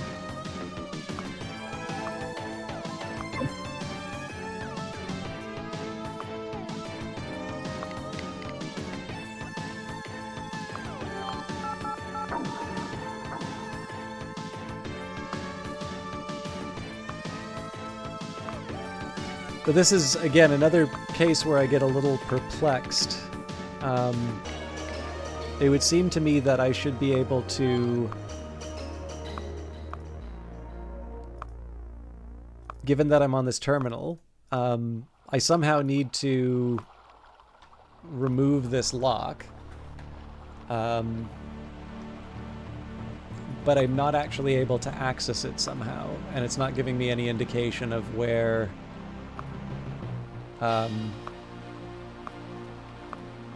where I access it. Anyways, that's fine. I'll still try and move with intention.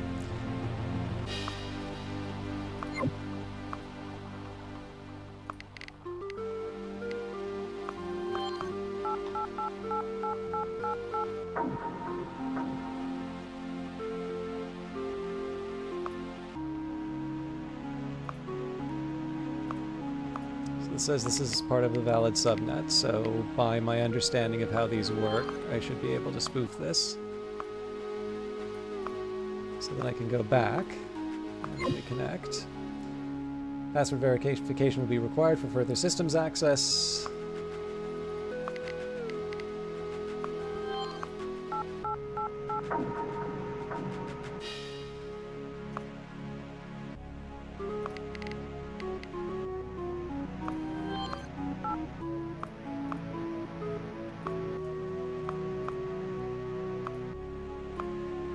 Again, my expectation here would be that I can actually access this lock, but that does not seem to be the case. Which makes me wonder...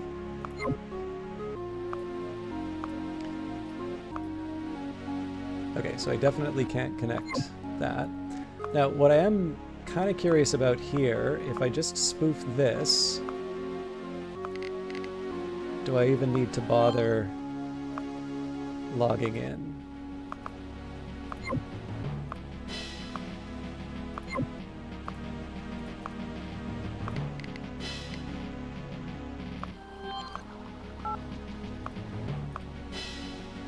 Looks like I don't. Okay.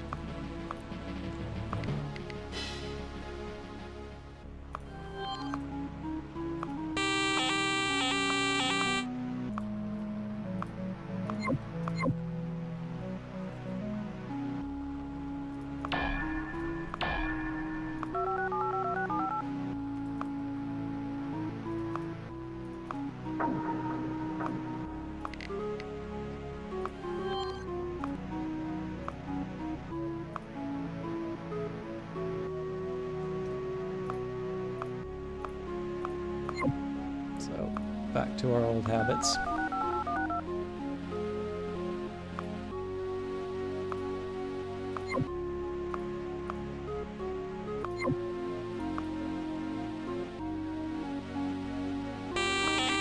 Well, crap.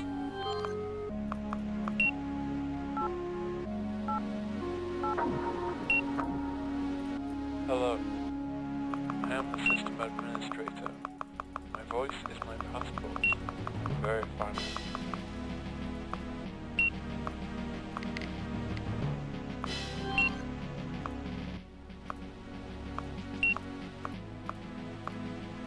have time to distinguish between the customer data and the not.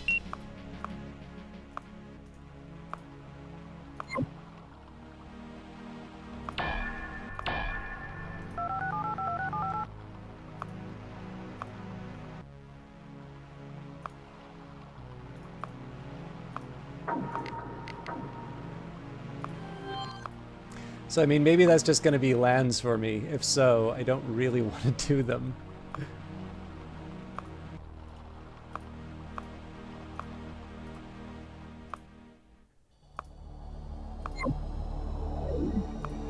I've not heard word yet. Okay. So, I have other things I can do with my time.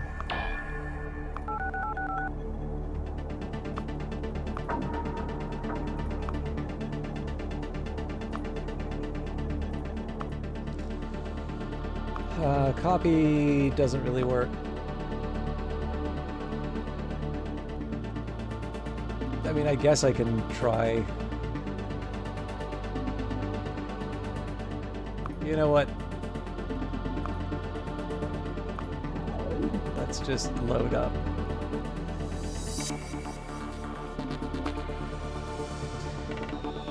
Terminal microsystems.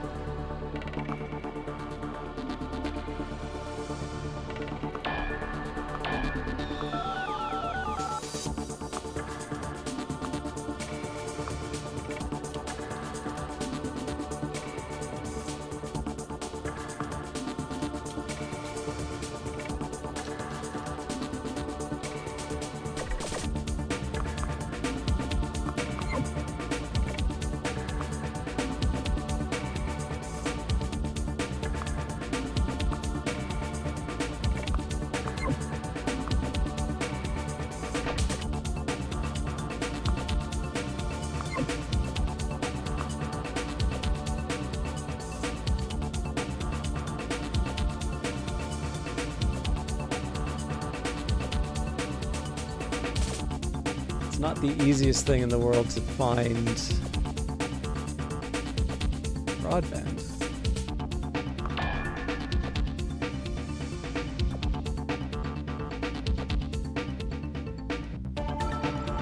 I'm looking for terminal.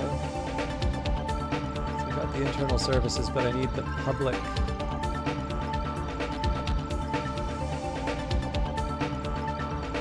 I need the public machine to get the sysadmin's voice.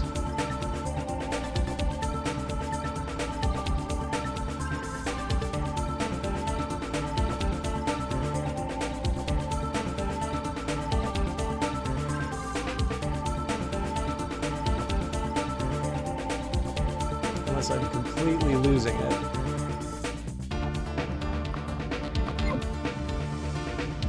There's definitely a public access server somewhere in here.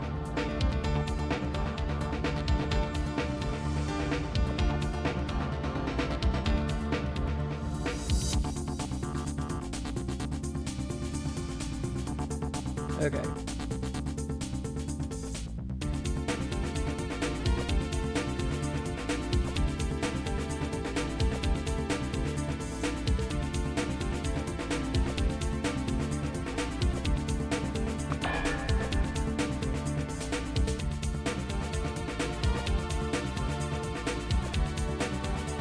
So there's the LAN.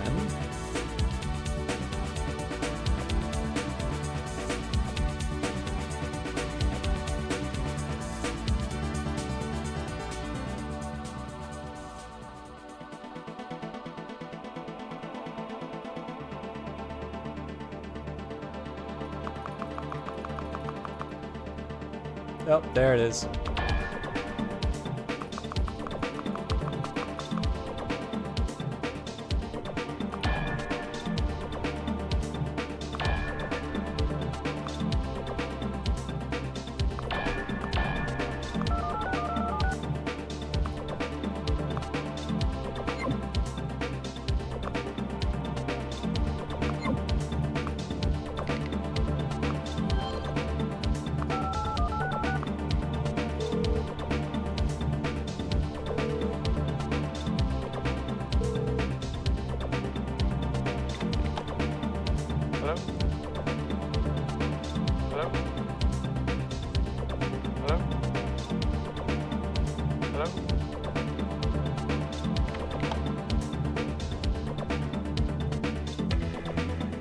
All right, voice analysis complete. Playback ready. And we do this once more with feeling.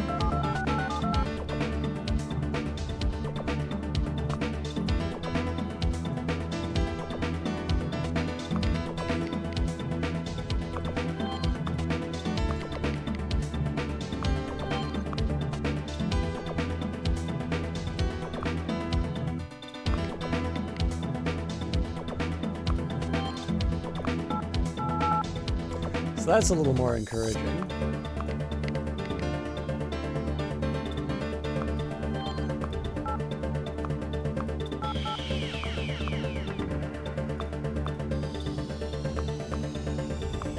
And presumably because this is locked, I can't go any further.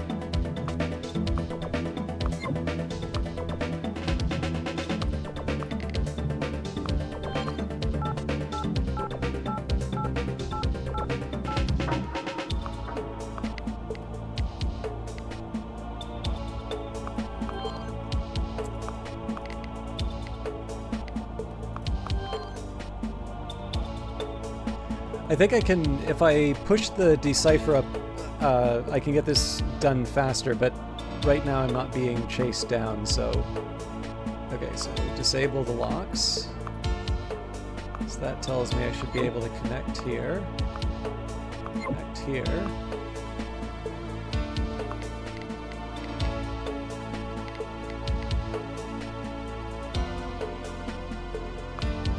I'm curious if I do a scan now.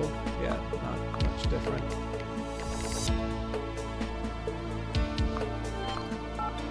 And it's a direct line to the... So this would presumably be the point where the sysadmin gets mad at me. And then it's customer records, but again, I can kind of blow up whatever I want when we get to this point. Hello? I am a system administrator. My voice is my passport. Verify me.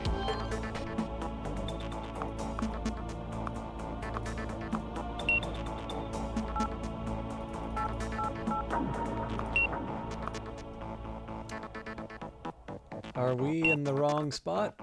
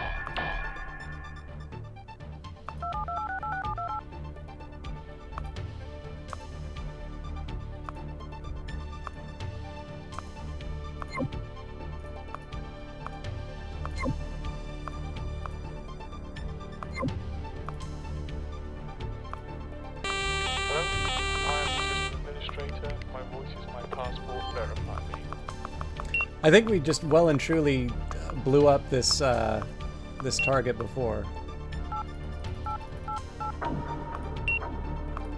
Yep.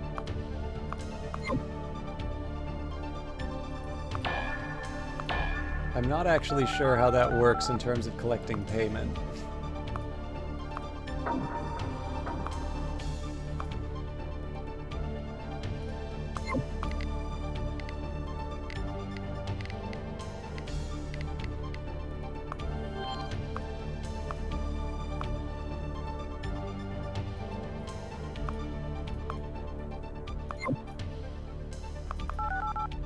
But it does tell me that maybe I just want to,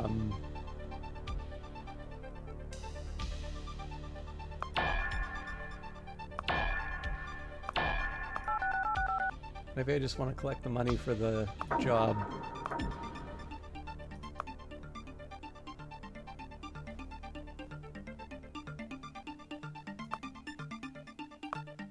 Okay, that's the broadband job.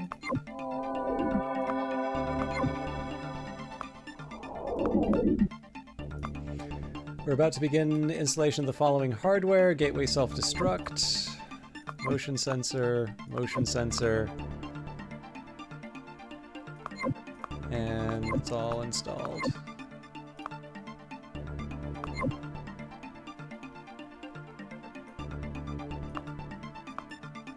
I'm pretty sure that self-destruct is not. Oh no, there it is.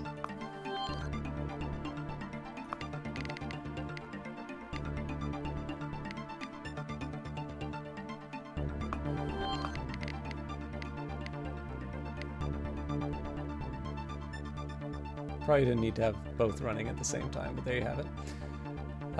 Okay, so if I just fast forward though, I'm assuming... Oh, cool.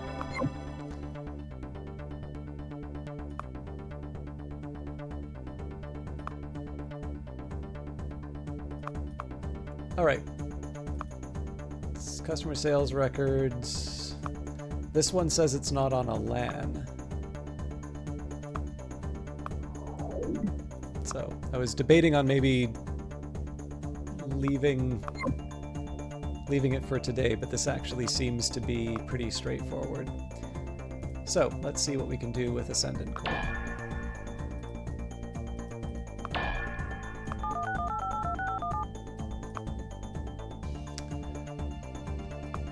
Not what I intended.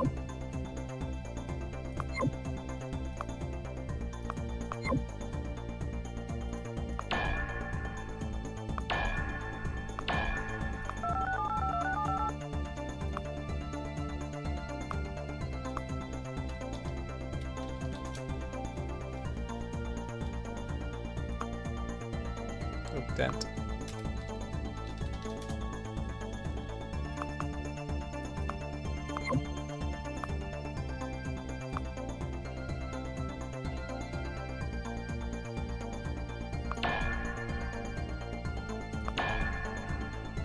Sorry, there should also be an internal system first.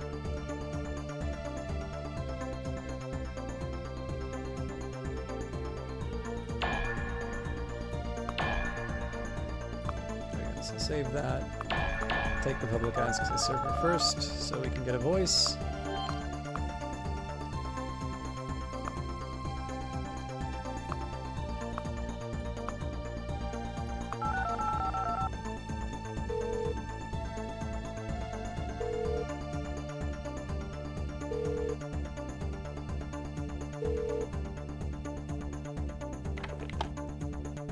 Hello? Hello? Who's there? So what I've kind of been hoping for has been to get to the story. All right, thanks, Vanguard. Good luck with your work. But the drawback is that I don't make as much story progress if I don't fast forward the game, so... I almost forgot to put the bypasses on.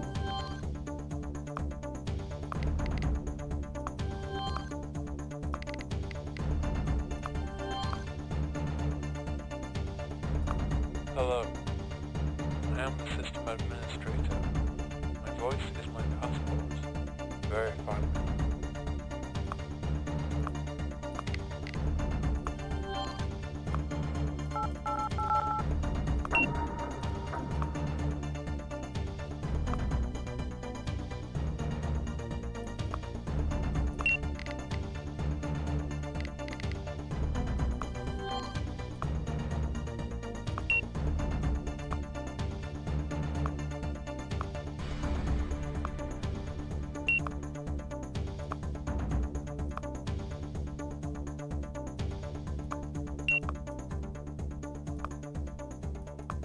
Actually.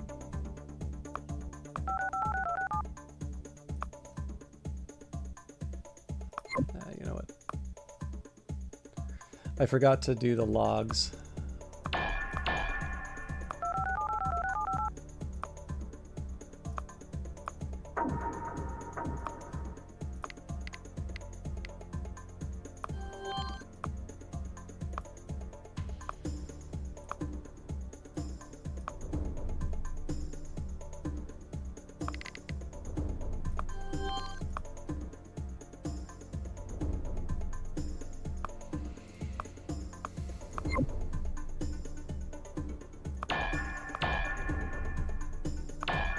For old time's sake, we'll get rid of some of the old.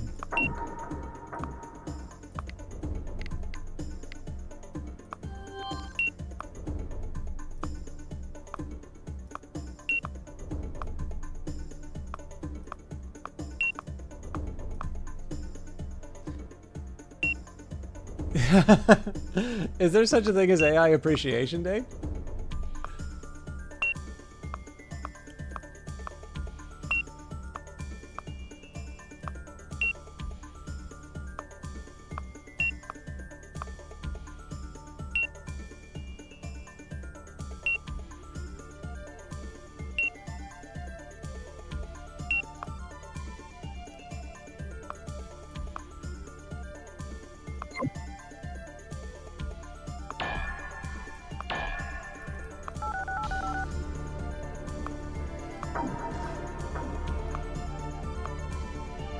Alright, so here's what we're going to do. We're going to fast forward ahead to the Ascendant Corp news. Unless we just get away with... Nope, they want news. Okay.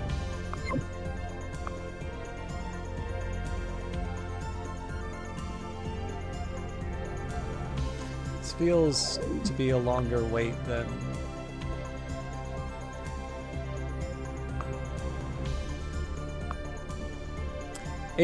Alright, from Agent Tempest, warning about ARC, autosend 7-day delay expired. Agents, if you are reading this email, then it means I am dead. I have been working for Andromeda for the past month on a top secret project, and until yesterday, I did not even know what exactly I was coding.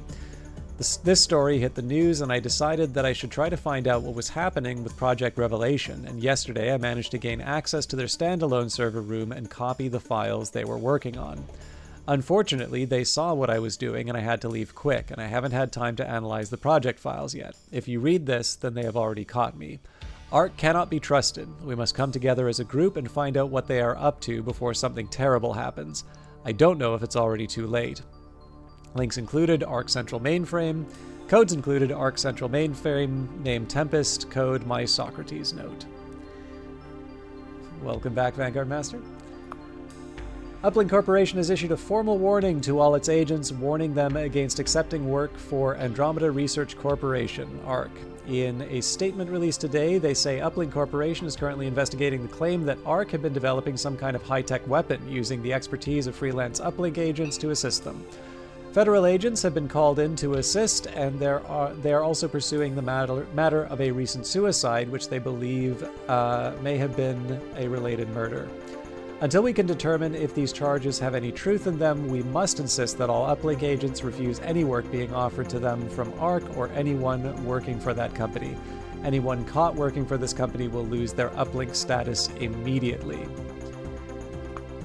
So I do kind of want to follow through on this, but I also want to see what the story is with my attack. It's weird that it's taken this long to hit the news.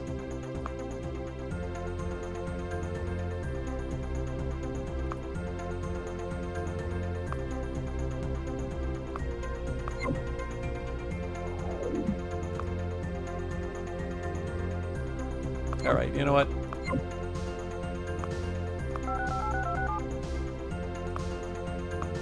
Ooh, hang on.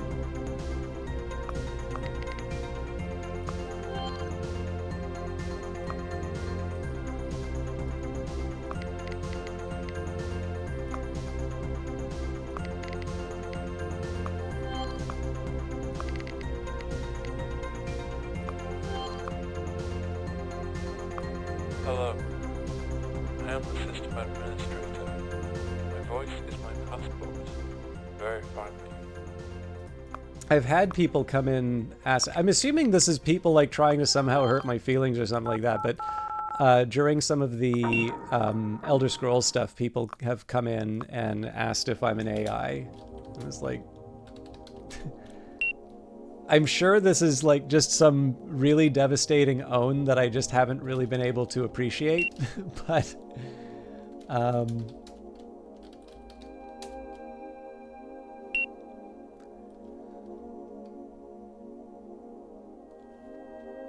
yeah, That's definitely a thing that's happened.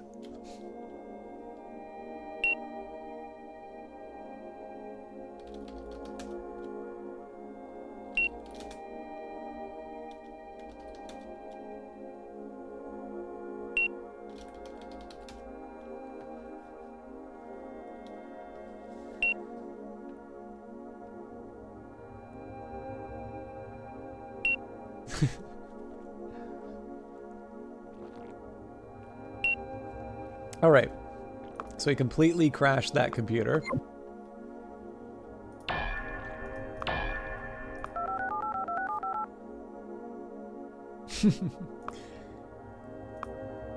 Actually, Ellen Ripley, you would have been amused. When I was doing... sorry, I realize I'm not talking about Uplink that much, but we've only just gotten to some of the more story stuff. So that world came in while I was doing Ace Attorney, and proceeded to talk about socialism and stuff like that. But what's what's most amusing about that, in my opinion, is that's probably like the one game that he wouldn't be into that I played. But I can think of a couple of other things that he would actually probably enjoy hanging around for. But there you have it. He got the visual novel, which he was decided was not his thing, which is also amusing because I wouldn't have guessed it would be my thing until... Oh. Federal agents are now searching for the identity of a computer criminal who broke into the Ascendant Corp central mainframe and deliberately destroyed the machine. A single hacker is responsible for this high-tech crime. Moments before the failure, he hacked into the system and deliberately brought about its destruction. The exact method has not yet been determined. The company stated in their press release that it has been all the files have been totally destroyed. The system failure will cost the company dearly. It seems the data on the system is lost for good, and the cost of repairing this damage could spiral into millions of dollars. Industry analysts say the company is looking for some rough times ahead. Federal agents have been brought in on the case and will no doubt be searching for the identity of this dangerous computer hacker.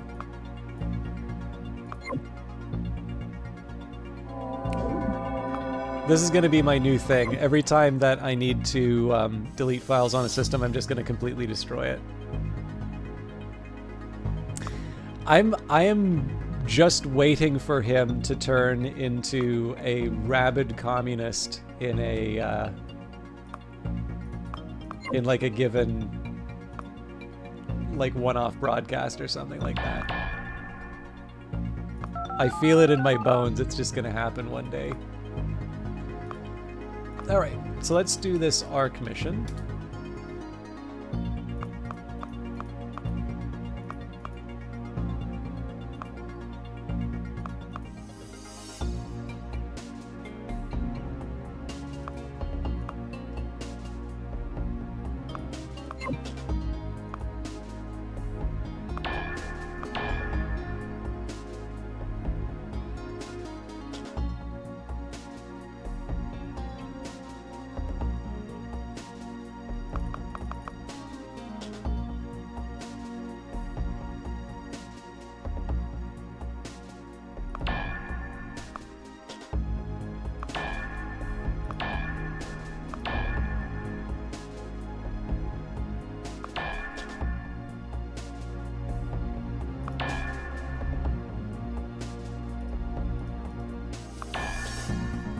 I don't even know if I'm gonna get all of them.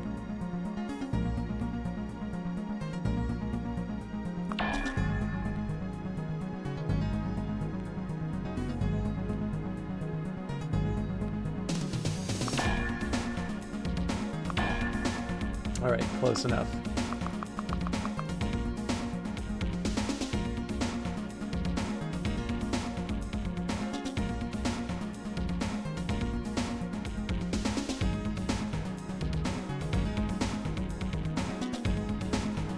Looking for the ARC public access. I've got nothing.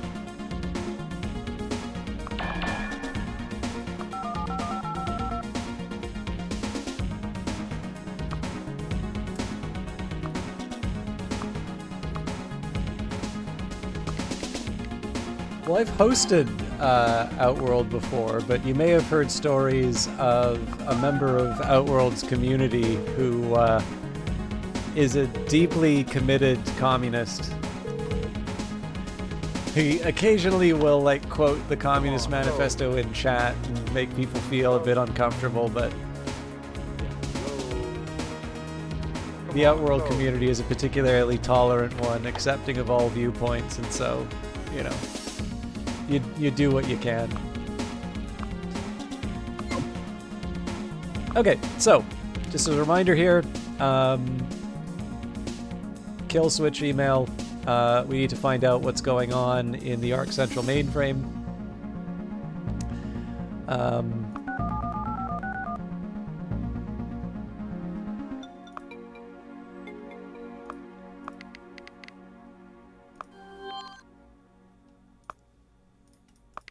Trying not to be too much of a clown in terms of security best practices.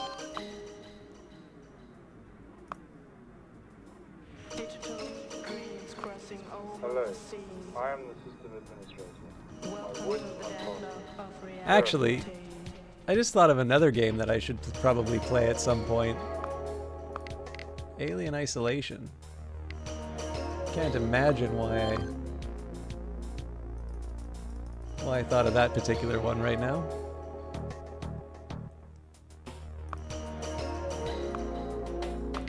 So we do have my Socrates note, but how much do you think the bad guys are going to keep the old... Alright.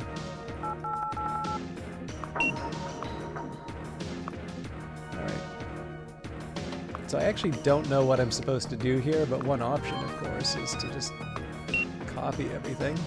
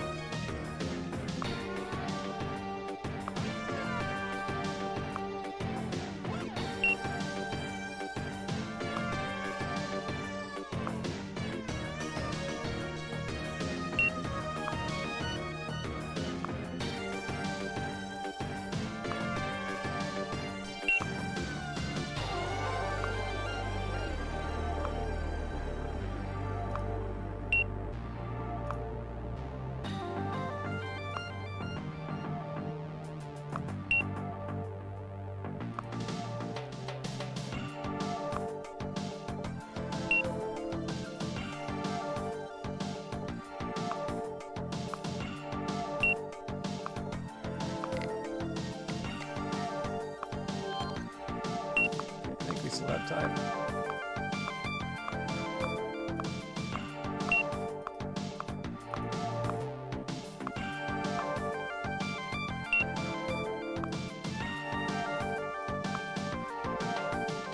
And then this is the point where I scream, hack the planet.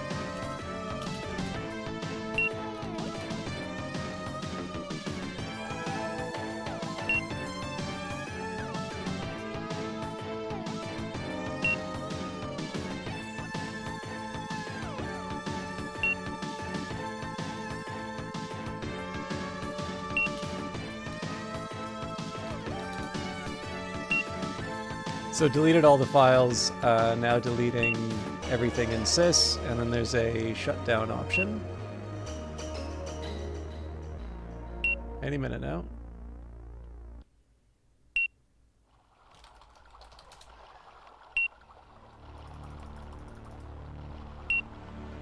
So system shutdown complete, rebooting, loading kernel.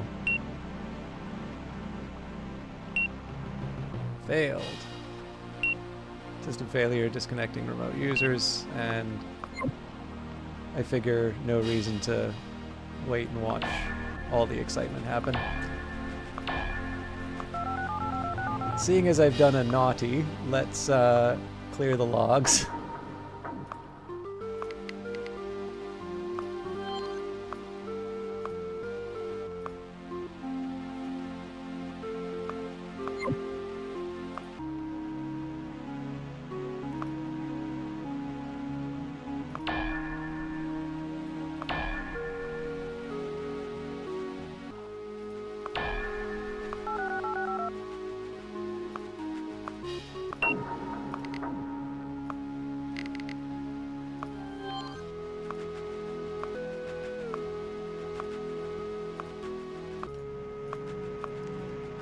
Now, at my leisure, I can decrypt all this other stuff. So I have no idea if I actually need to use any of this. This is just more for my own amusement.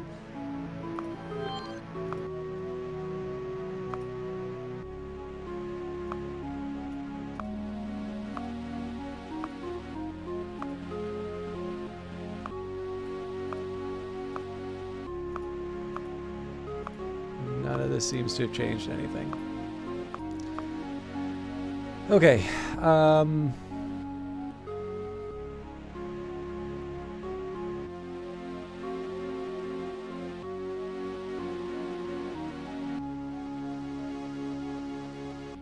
Yeah, I got absolutely nothing on that.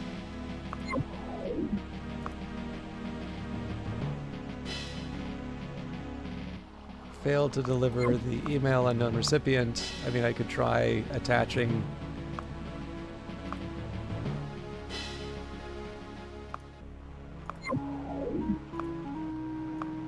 Yeah, so this is the challenge. I actually genuinely don't remember if there's something I need to do with the ARC data. I think I just need to actually access the... I think I just need to actually access the ARC server, and that advances the story.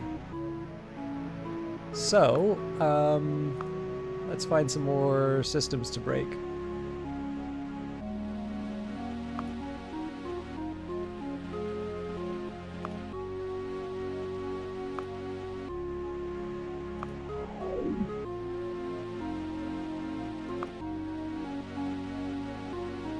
This is stored on a LAN, so it's going to be a pain.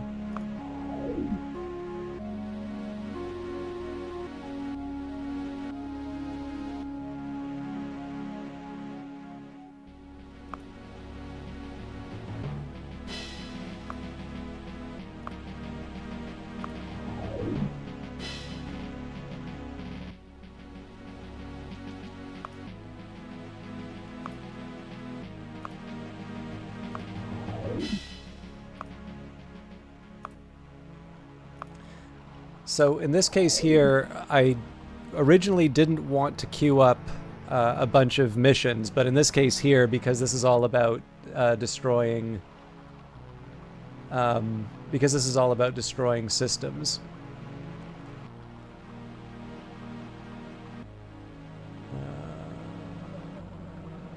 Yep, that's it. Okay, broad microsystems.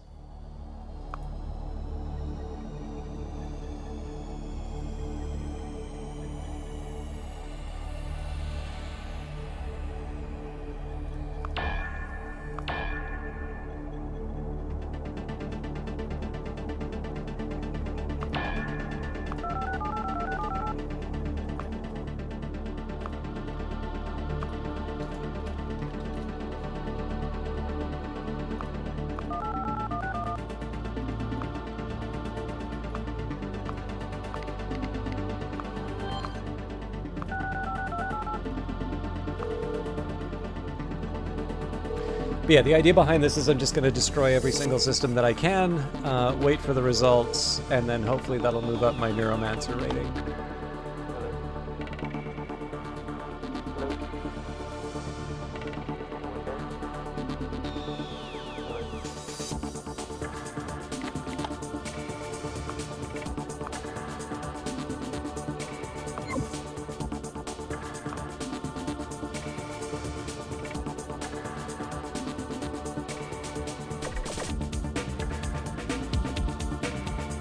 Unfortunately, I need to find one of the broad...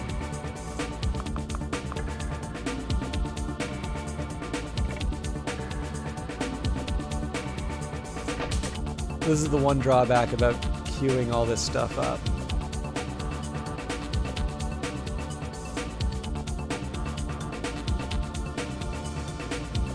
So this is where I want to go.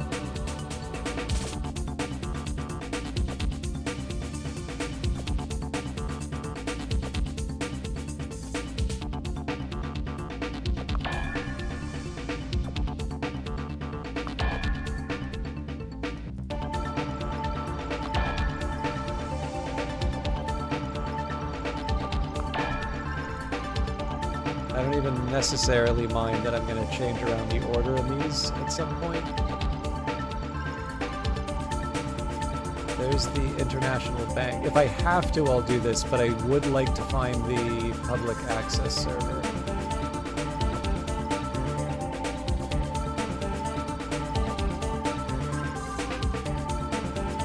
Well, there's the internal services machine.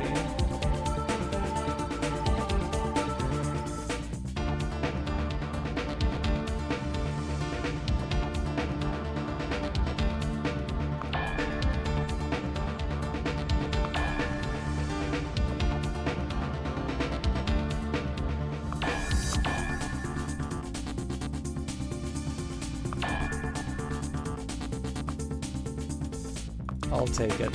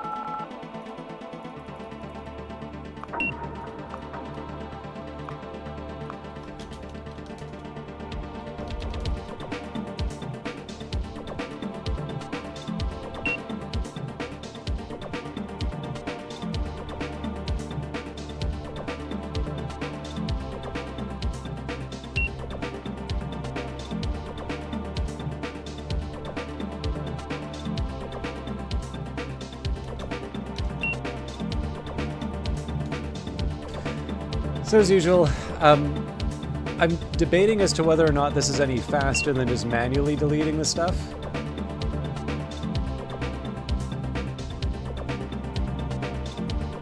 But it is definitive.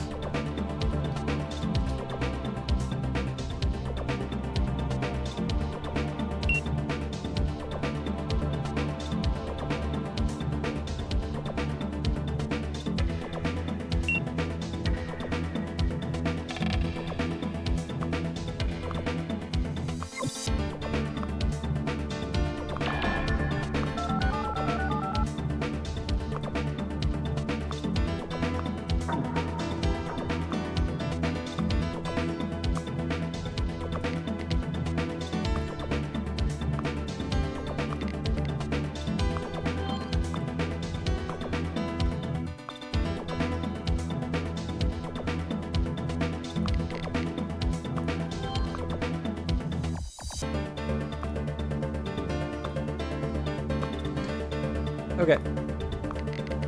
So obviously, one thing I need to do is kind of keep track of which missions I've already done. So this was the one for Broad. Next up is the Universal Associates LAN. So this I'm expecting to be a little bit of a pain in the neck.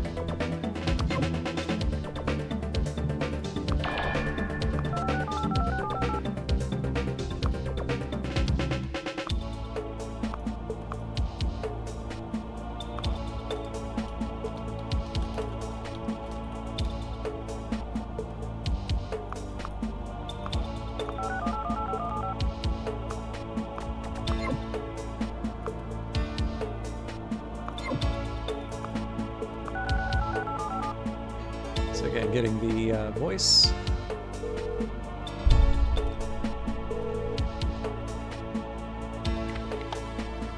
Hello? Hello? Come on, hello.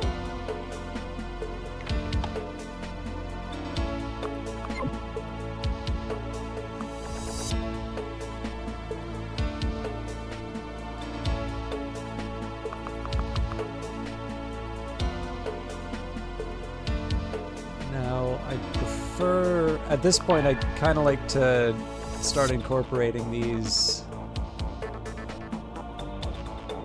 Okay, there's the LAN.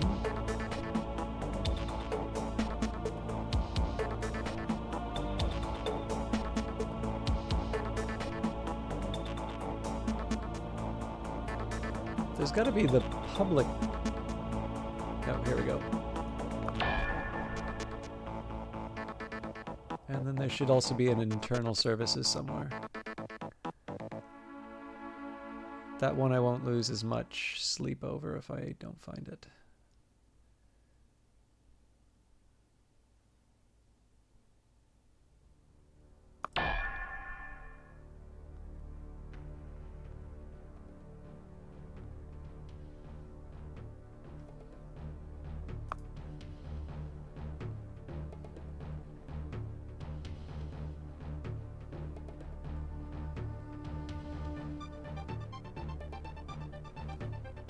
Too many greens. All right, here we go.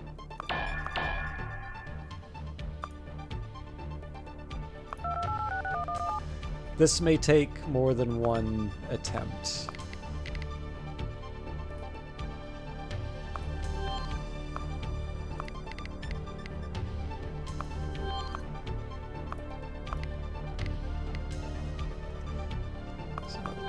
scan to see what the lay of the land is. That is a heck of a lot.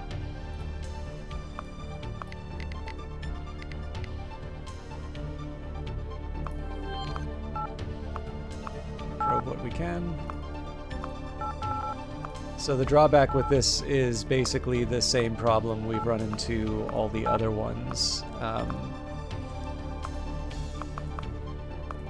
I can probably handle most of the stuff that this throws at me, but in the end the sysadmin is not going to find it hard to log on to this one system and kick me off.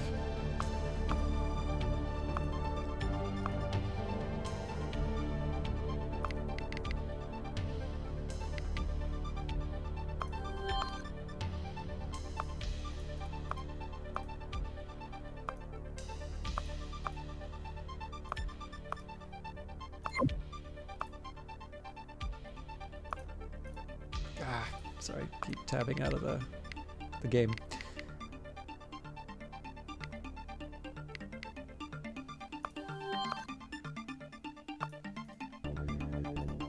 Okay, so I figure as long as I can handle some of these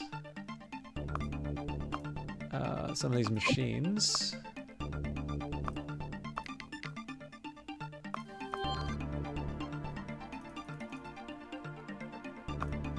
The aim right now is to just disable the locks. I don't need to put too much thought into the rest of it.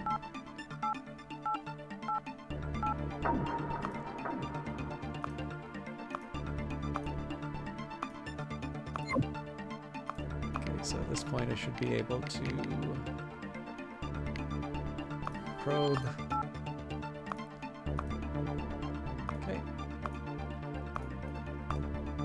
And then we do the same story here.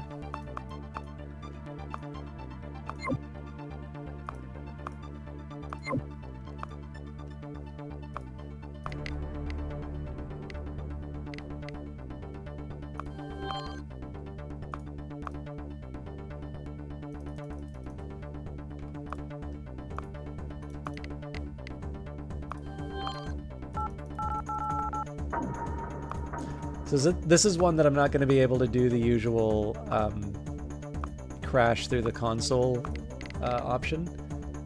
And that's just because I'm not going to have enough time to be able to stay on the system. At least unless I find some clever way to connect to these, but I'm thinking I'm going to find the same results, yeah. So what I'll do instead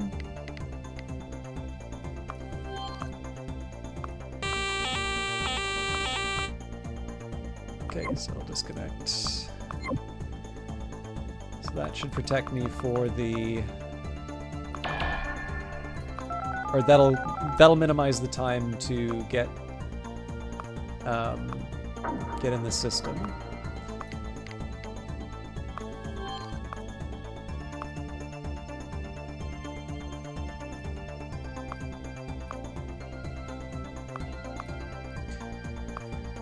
And this one, destroy rival software, but I guess at this point we'll just destroy everything.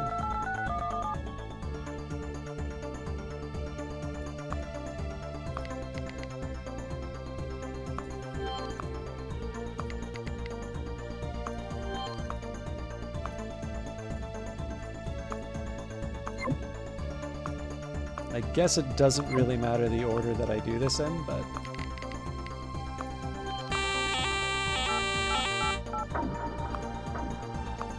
Hello, I am the system administrator. My voice is my passport. Verify.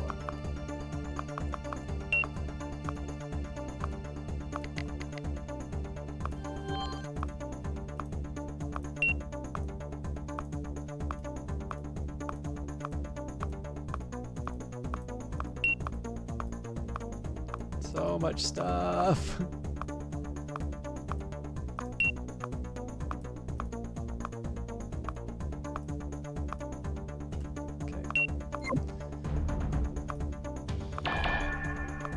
So obviously my preference would have been to delete the system files and reboot as well, but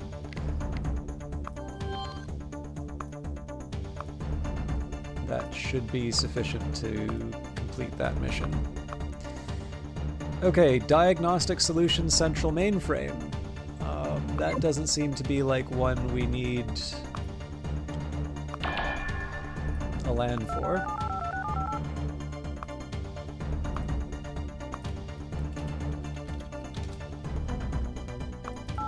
No!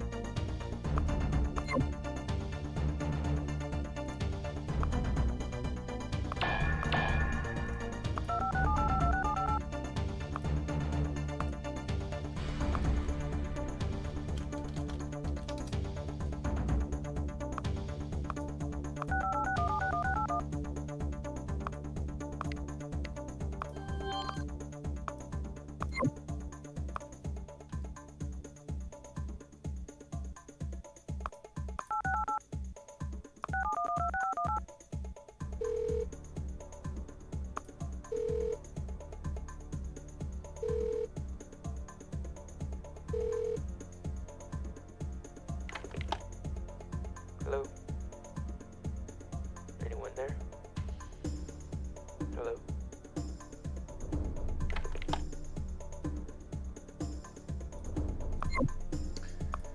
Okay, once again we search for the terminals.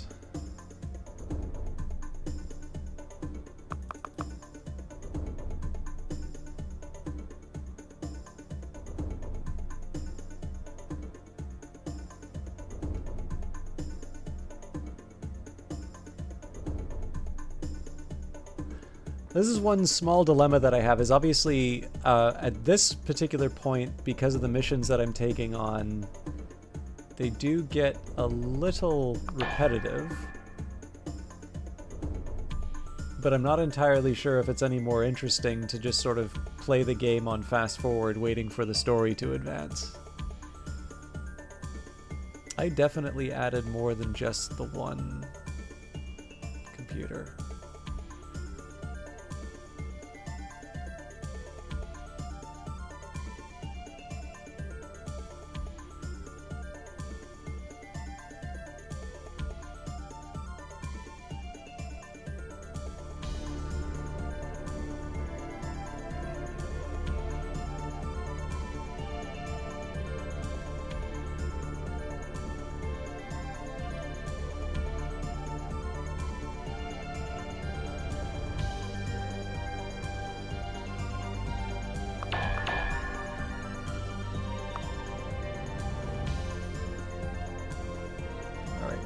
Not question it. I will just do the job.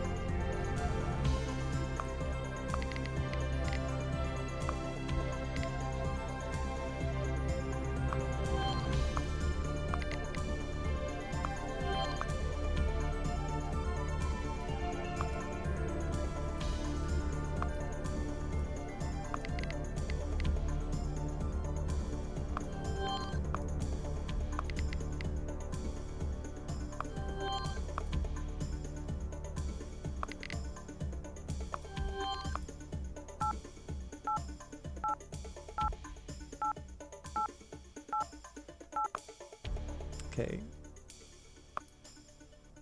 Diagnostic was actually destroyed. So one of our competitors has made the critical mistake of becoming overdependent on one of their primary computer systems and we intend to take advantage of that oversight. We want you to put the computer system below out of action permanently. Use any means necessary, including virus attacks or a system reset, but all data must be destroyed and the system itself must be shut down. So this is not something... I don't know how well the game teaches you how to do this. I only ever learned how to do this in the console, but the console at least has the help function. And then, you know, if you know a little bit about how a computer works, it's not that hard to figure out. But so in this case, CD user, delete. So of course the drawback here is if I've got the administrator breathing down my neck on a LAN, I can't afford to wait this long. And they don't stay permanently deleted if you're interrupted partway through this. Okay, so that's the files. But now we need to delete everything in the system folder.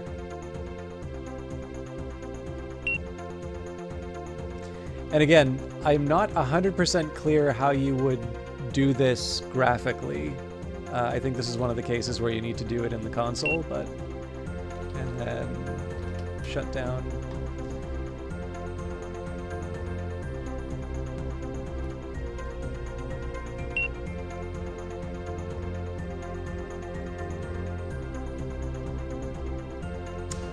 Failed. We clean up our tracks.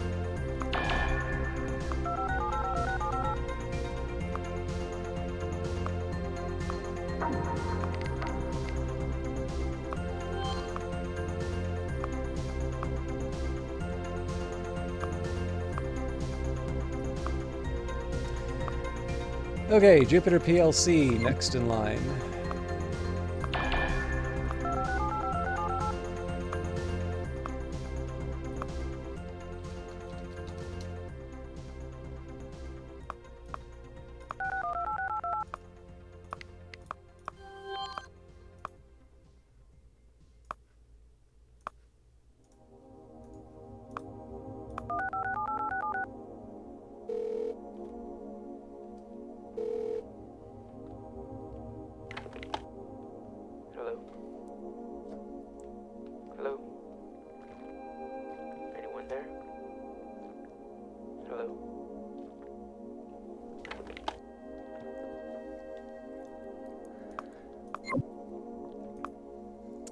So, this is the mainframe.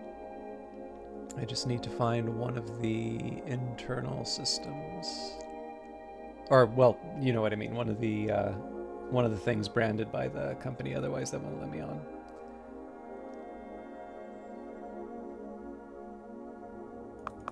And again, I like having... Okay, there's the internal services machine.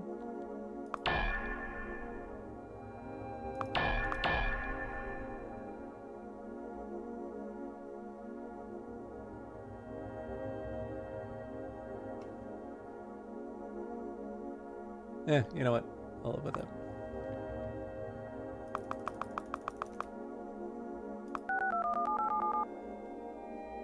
And given that it says it's not a LAN, that'll make me happy.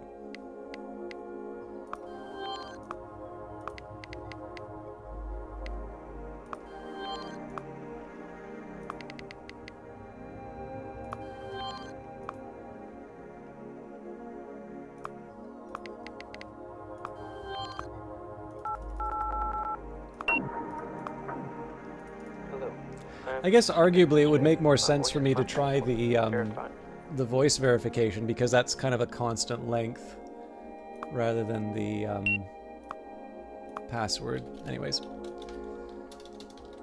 our dear friend user, delete.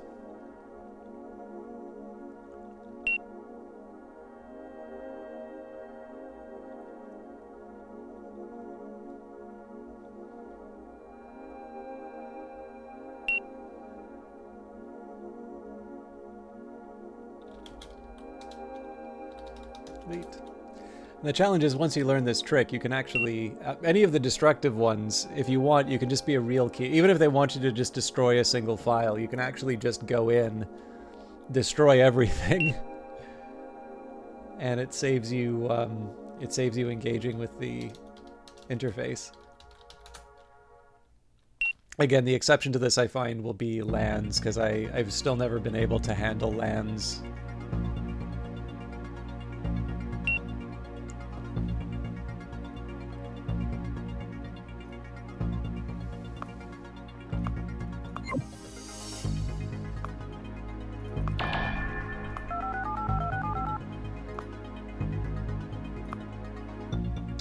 Not what I wanted to do.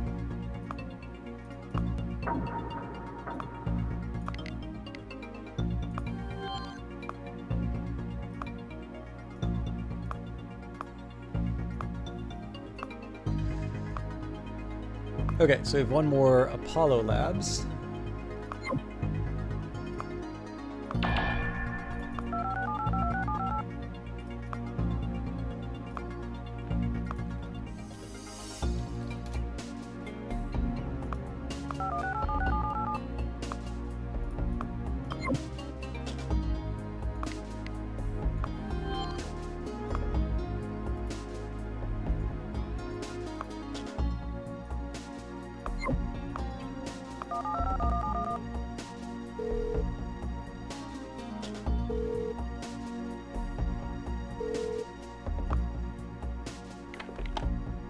Who's there? Hello? Hello? Who's there?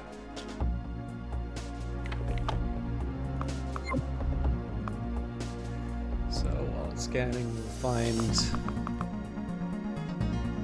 some kind of Apollo Labs connection.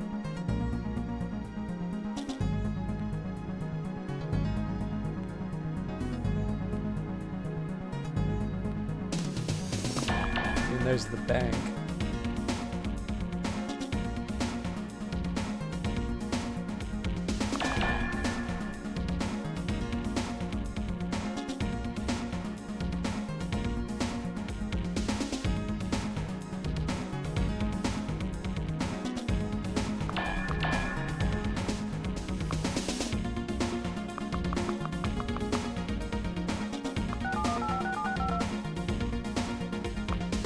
So this time I'm going to try doing the voice print ahead of time to see if that buys me a little more time.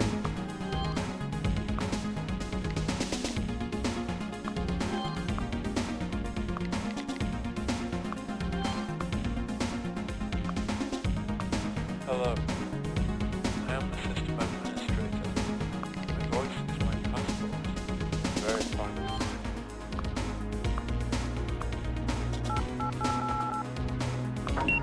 It does.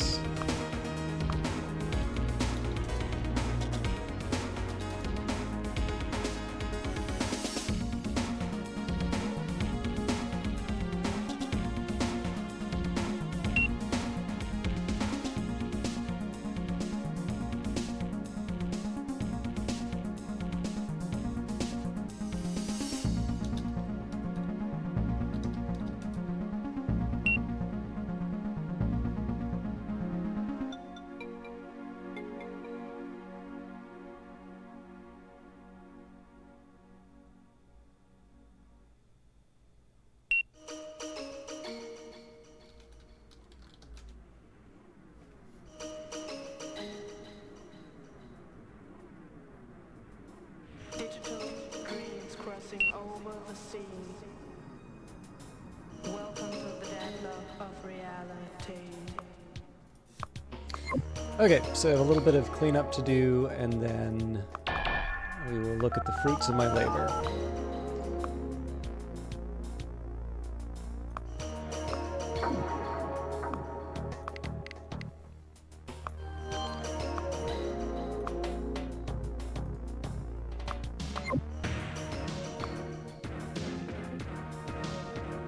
And so I can feel a little bit better.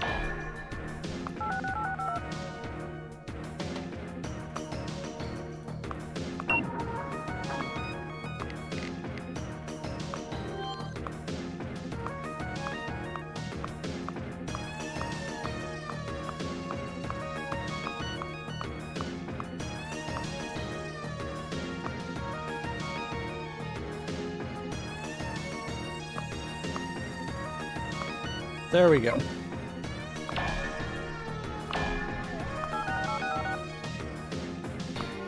So as a bonus too, so I've got this motion sensor up here. So even in the very odd chance that somebody did successfully trace me, I do get the option of blowing up my my system too.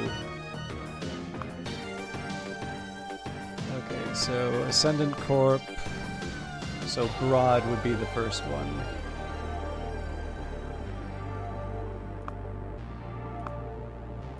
Well, Universal Associates was one. Oh, there we go. There's a whole bunch of them.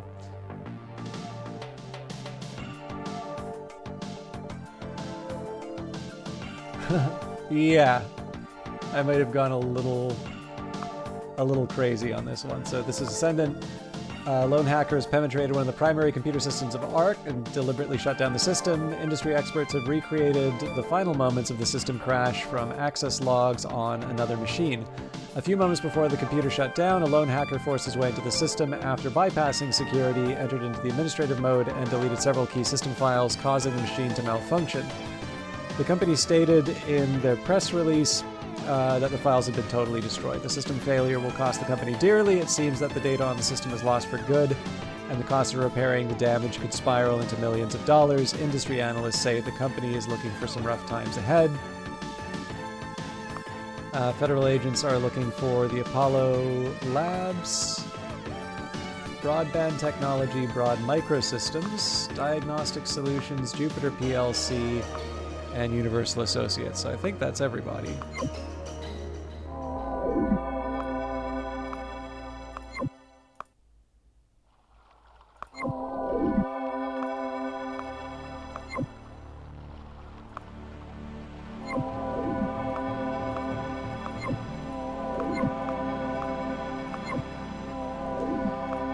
All right, congratulations on your success. 9,240 cents. Agent Rob Robson, your Neuromancer rating appears to have changed. Your rating is now single-minded. Congratulations on your success. Congratulations, Agent Rob Robinson. You've reached the next uplink rating. Your rating is now Mage. More congratulations. Cool. So, this is normally the point where we'd go and try and find more work to do. I am slightly amused by these Trace a Hacker missions for the simple reason that it's like, what if there's a lot of Trace a Hacker that broke into our systems, and I'm wondering if those timestamps correspond with some of my previous work. The calls are coming from inside the house. Okay, so all of these are ones that I don't want to take. So trace a hacker who broke into our systems, frame a user for destruction of data, trace a hacker who broke into the systems, required for a removal job. I mean, trace a balance transfer would be interesting because that's another way that I could rob another bank, but I don't exactly need the money.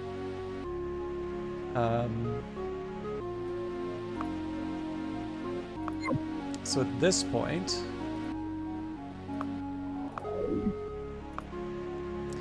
internal@arc.net. Agent Rob Robinson, we couldn't help but notice that you have recently been poking around in some of our computer systems, presumably attempting to determine what is happening with our company at the moment. We feel we should warn you that at this time, any attempts to gain unauthorized access to our systems will result in severe consequences. Pleasantries aside, you may have heard that we have been hiring a number of uplink agents recently for a yet-to-be-announced project. Your recent activities caused us to run a background check on you, and you seem to be the kind of agent we are looking for. If you would be interested in doing some work for us, we'd love to hear from you. Reply to this email or send one to internal@arc.net, and we'll see what we can do. We think you will find that ARC offer the best rates for freelance agents in the business. We look forward to hearing from you. So, this is one of the ones I'm a little...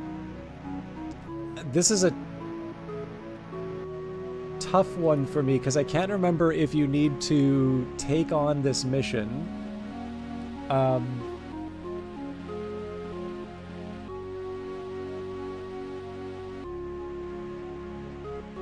think you need to reply to this and actually take on the missions before you... there's a counter... ARC mission. at some point.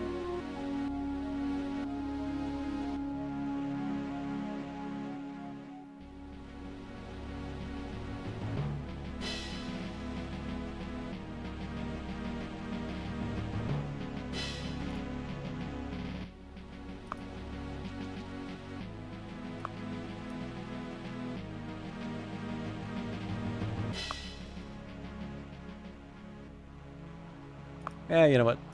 Let's do it.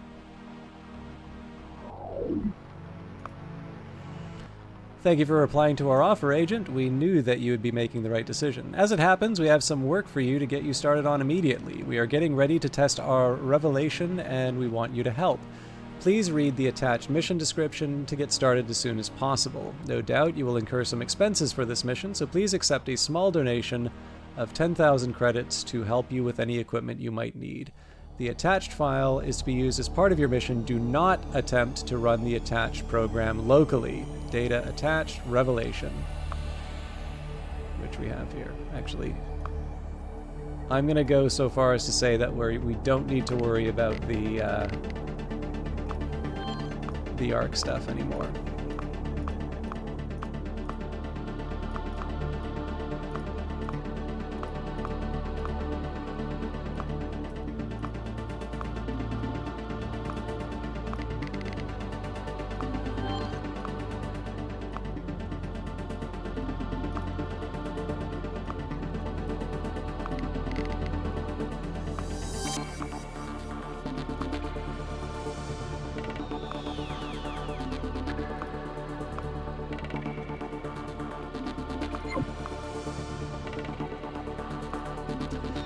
Our corporation has been developing a software product known as Revelation for some time now, and version 1.0 is finally ready. In order to test and refine this program, we need to test it in the real world. Your mission will be to install and run Revelation for us. The target system is the Arunmore Internal Services System. You will first need to locate this computer. No doubt Arunmore will not be too pleased if they catch you on their system. You will find that we have sent you version 1.0 of Revelation in an email. Once you are inside the Arunmore system, copy the program into their memory banks and disrupt all of their security systems.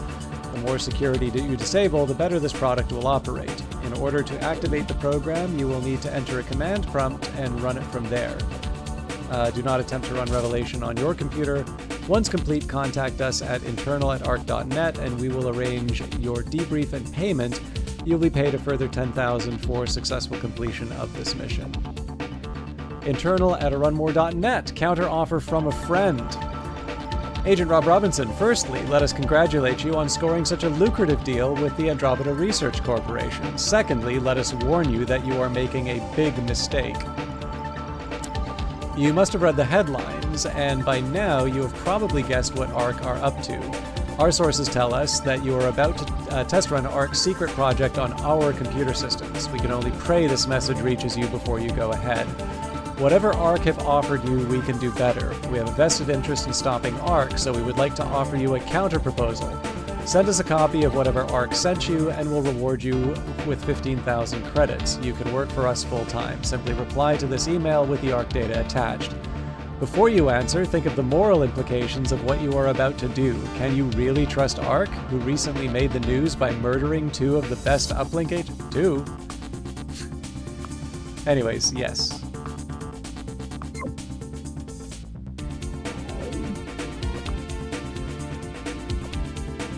Let us be the first to congratulate you, Agent. We have been totally unable to find any copies of Revelation, and we have been hoping that you would decide to work with us.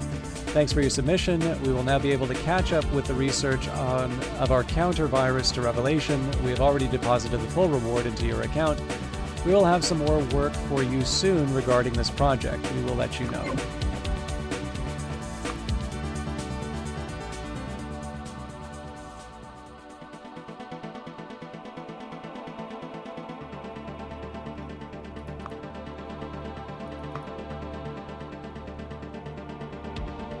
I want to see about this second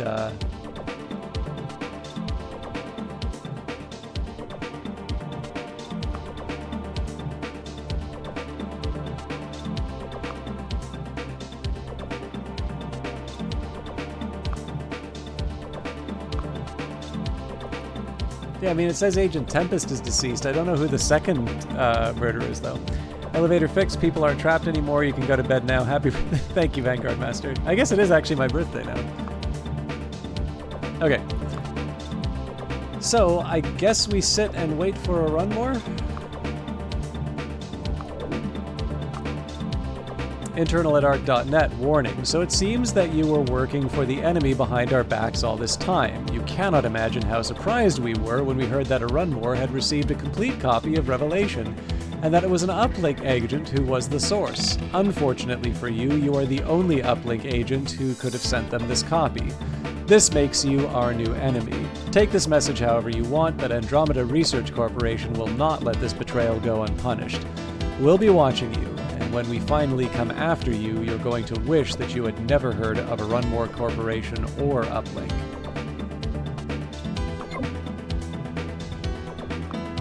And we have a destruction mission.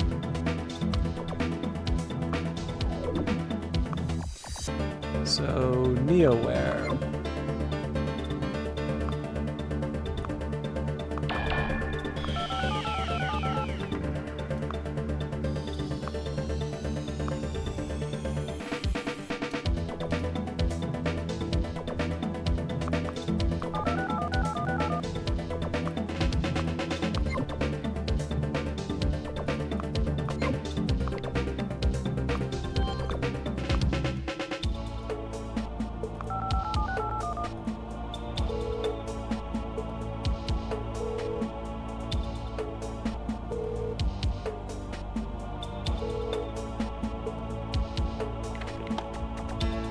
Hello?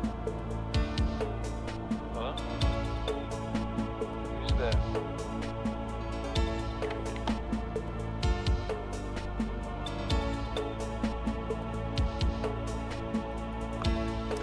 I forgot to tidy up the, Alright, so Dan Bird can go, Adam Shopland.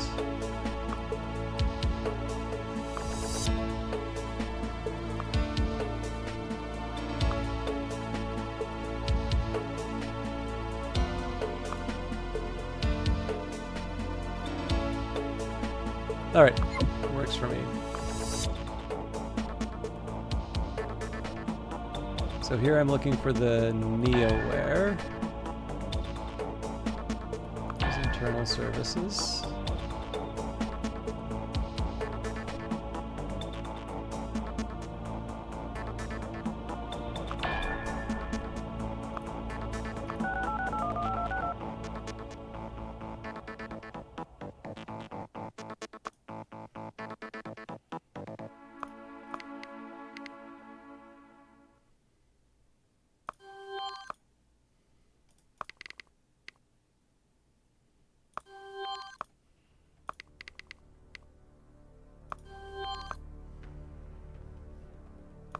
Hello.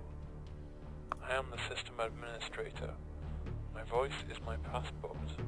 Verify me.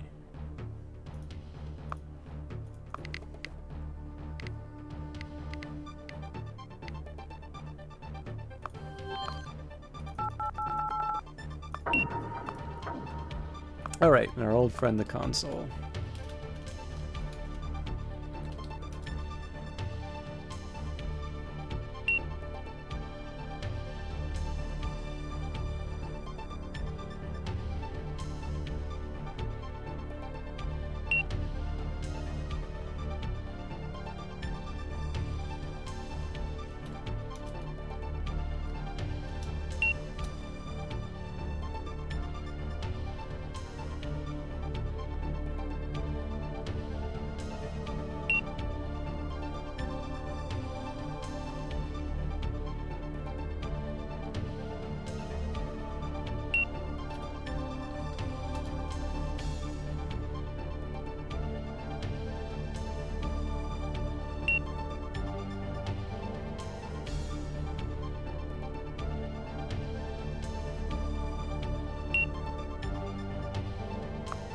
Alright, and as always, we clean up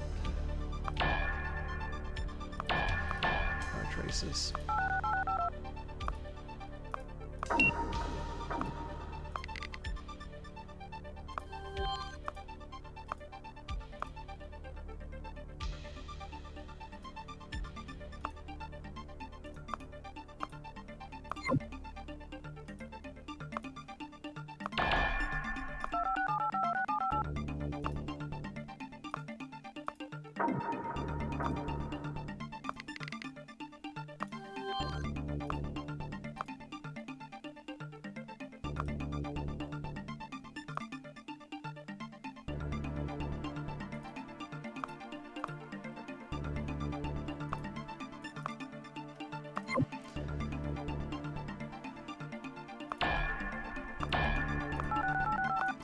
And at this point, we wait to see the fireworks. Oh, there we go. A Runmore security scare, a special report. Earlier today, a Runmore corporation shut down all of its primary computer systems and disconnected their internal network from the web. The disconnection lasted just under 1 hour and caused a great deal of disruption to internet traffic flowing through their systems.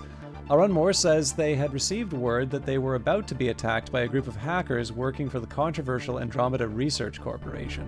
So far, Runmore has not said what they suspect this company, why they suspect this company. It is believed that they had some kind of inside information. This latest accusation casts Andromeda Research Corporation in an increasingly bad light. And I think the rest is just people taking down systems, so we'll wait till we see news of our exploits.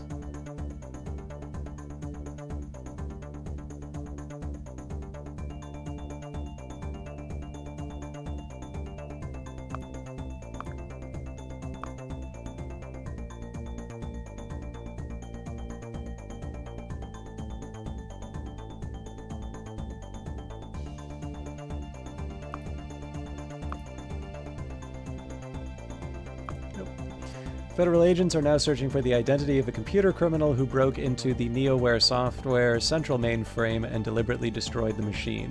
It has been difficult to piece together exactly what happened, but it appears that a system-wide failure of the computer system was caused by the hacker's actions. Experts say the entire operating system will have to be replaced. The company stated in their press release that all files have been totally destroyed. The city witnessed a sharp drop in share price today as news of the city? Oh, okay. I think I get it. As news of this disaster reached investors, it seems that nobody is safe after such a high-profile system is destroyed. NeoWare Software said that millions of credits of damage has been done already. NeoWare Software have tightened security on their remaining computer systems, and federal agents from the government cybercrimes division were seen entering the corporate headquarters today.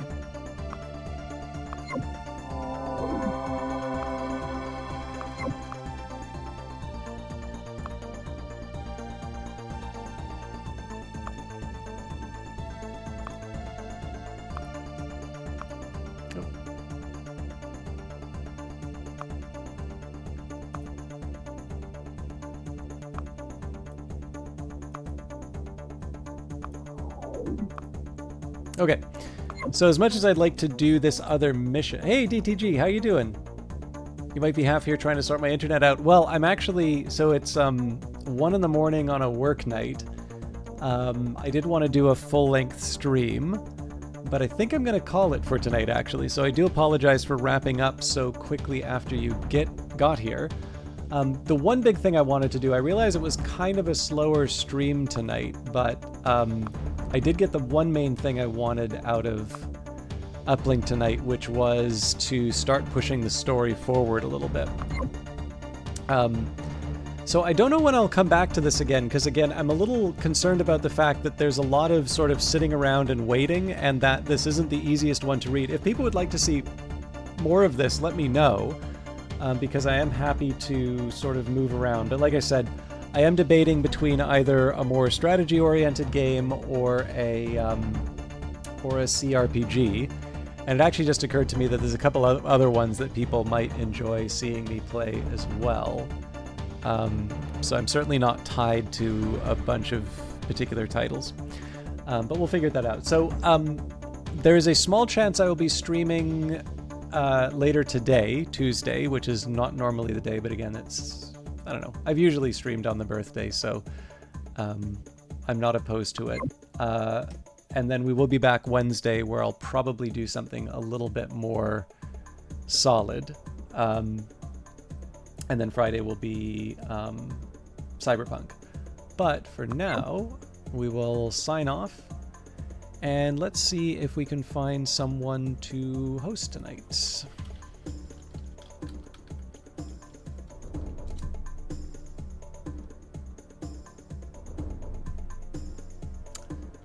Kilgore Trout is currently playing Ultima 9 Ascension, so he will be... He's the best available. But yeah, I don't know. Let me put it to you this way: if people are interested in a certain type of game, or if they're interested in seeing something in general, now is not a bad time to sort of express, let's say, a weak preference here. So if it's, you know, thou shalt play ... I'm probably going to be a little less responsive to that. But, you know, I like it when you play CRPGs. I like it when you play things that you can do more reading in. That's helpful to me. Or if it's just, you know, whatever you feel like playing, that also works too. But I'll try and figure that out. If/when I stream tomorrow, I will probably do just fun one-off things to do. I might even do something. I think I did this last year too, but I actually had some fun playing around with it. So I may change around for a few different games, but I've definitely got a couple in mind that I think would be fun to watch. Anyways, please enjoy Kilgore Trout. Again, playing Ultima 9. He tends to play these older games on original hardware, and then he also shares off his DVD collection as well as his collection of old video game boxes. So for those of you that are just here for the old games, he is definitely a good choice. Have a good night, and we'll see you in the next one. Take care.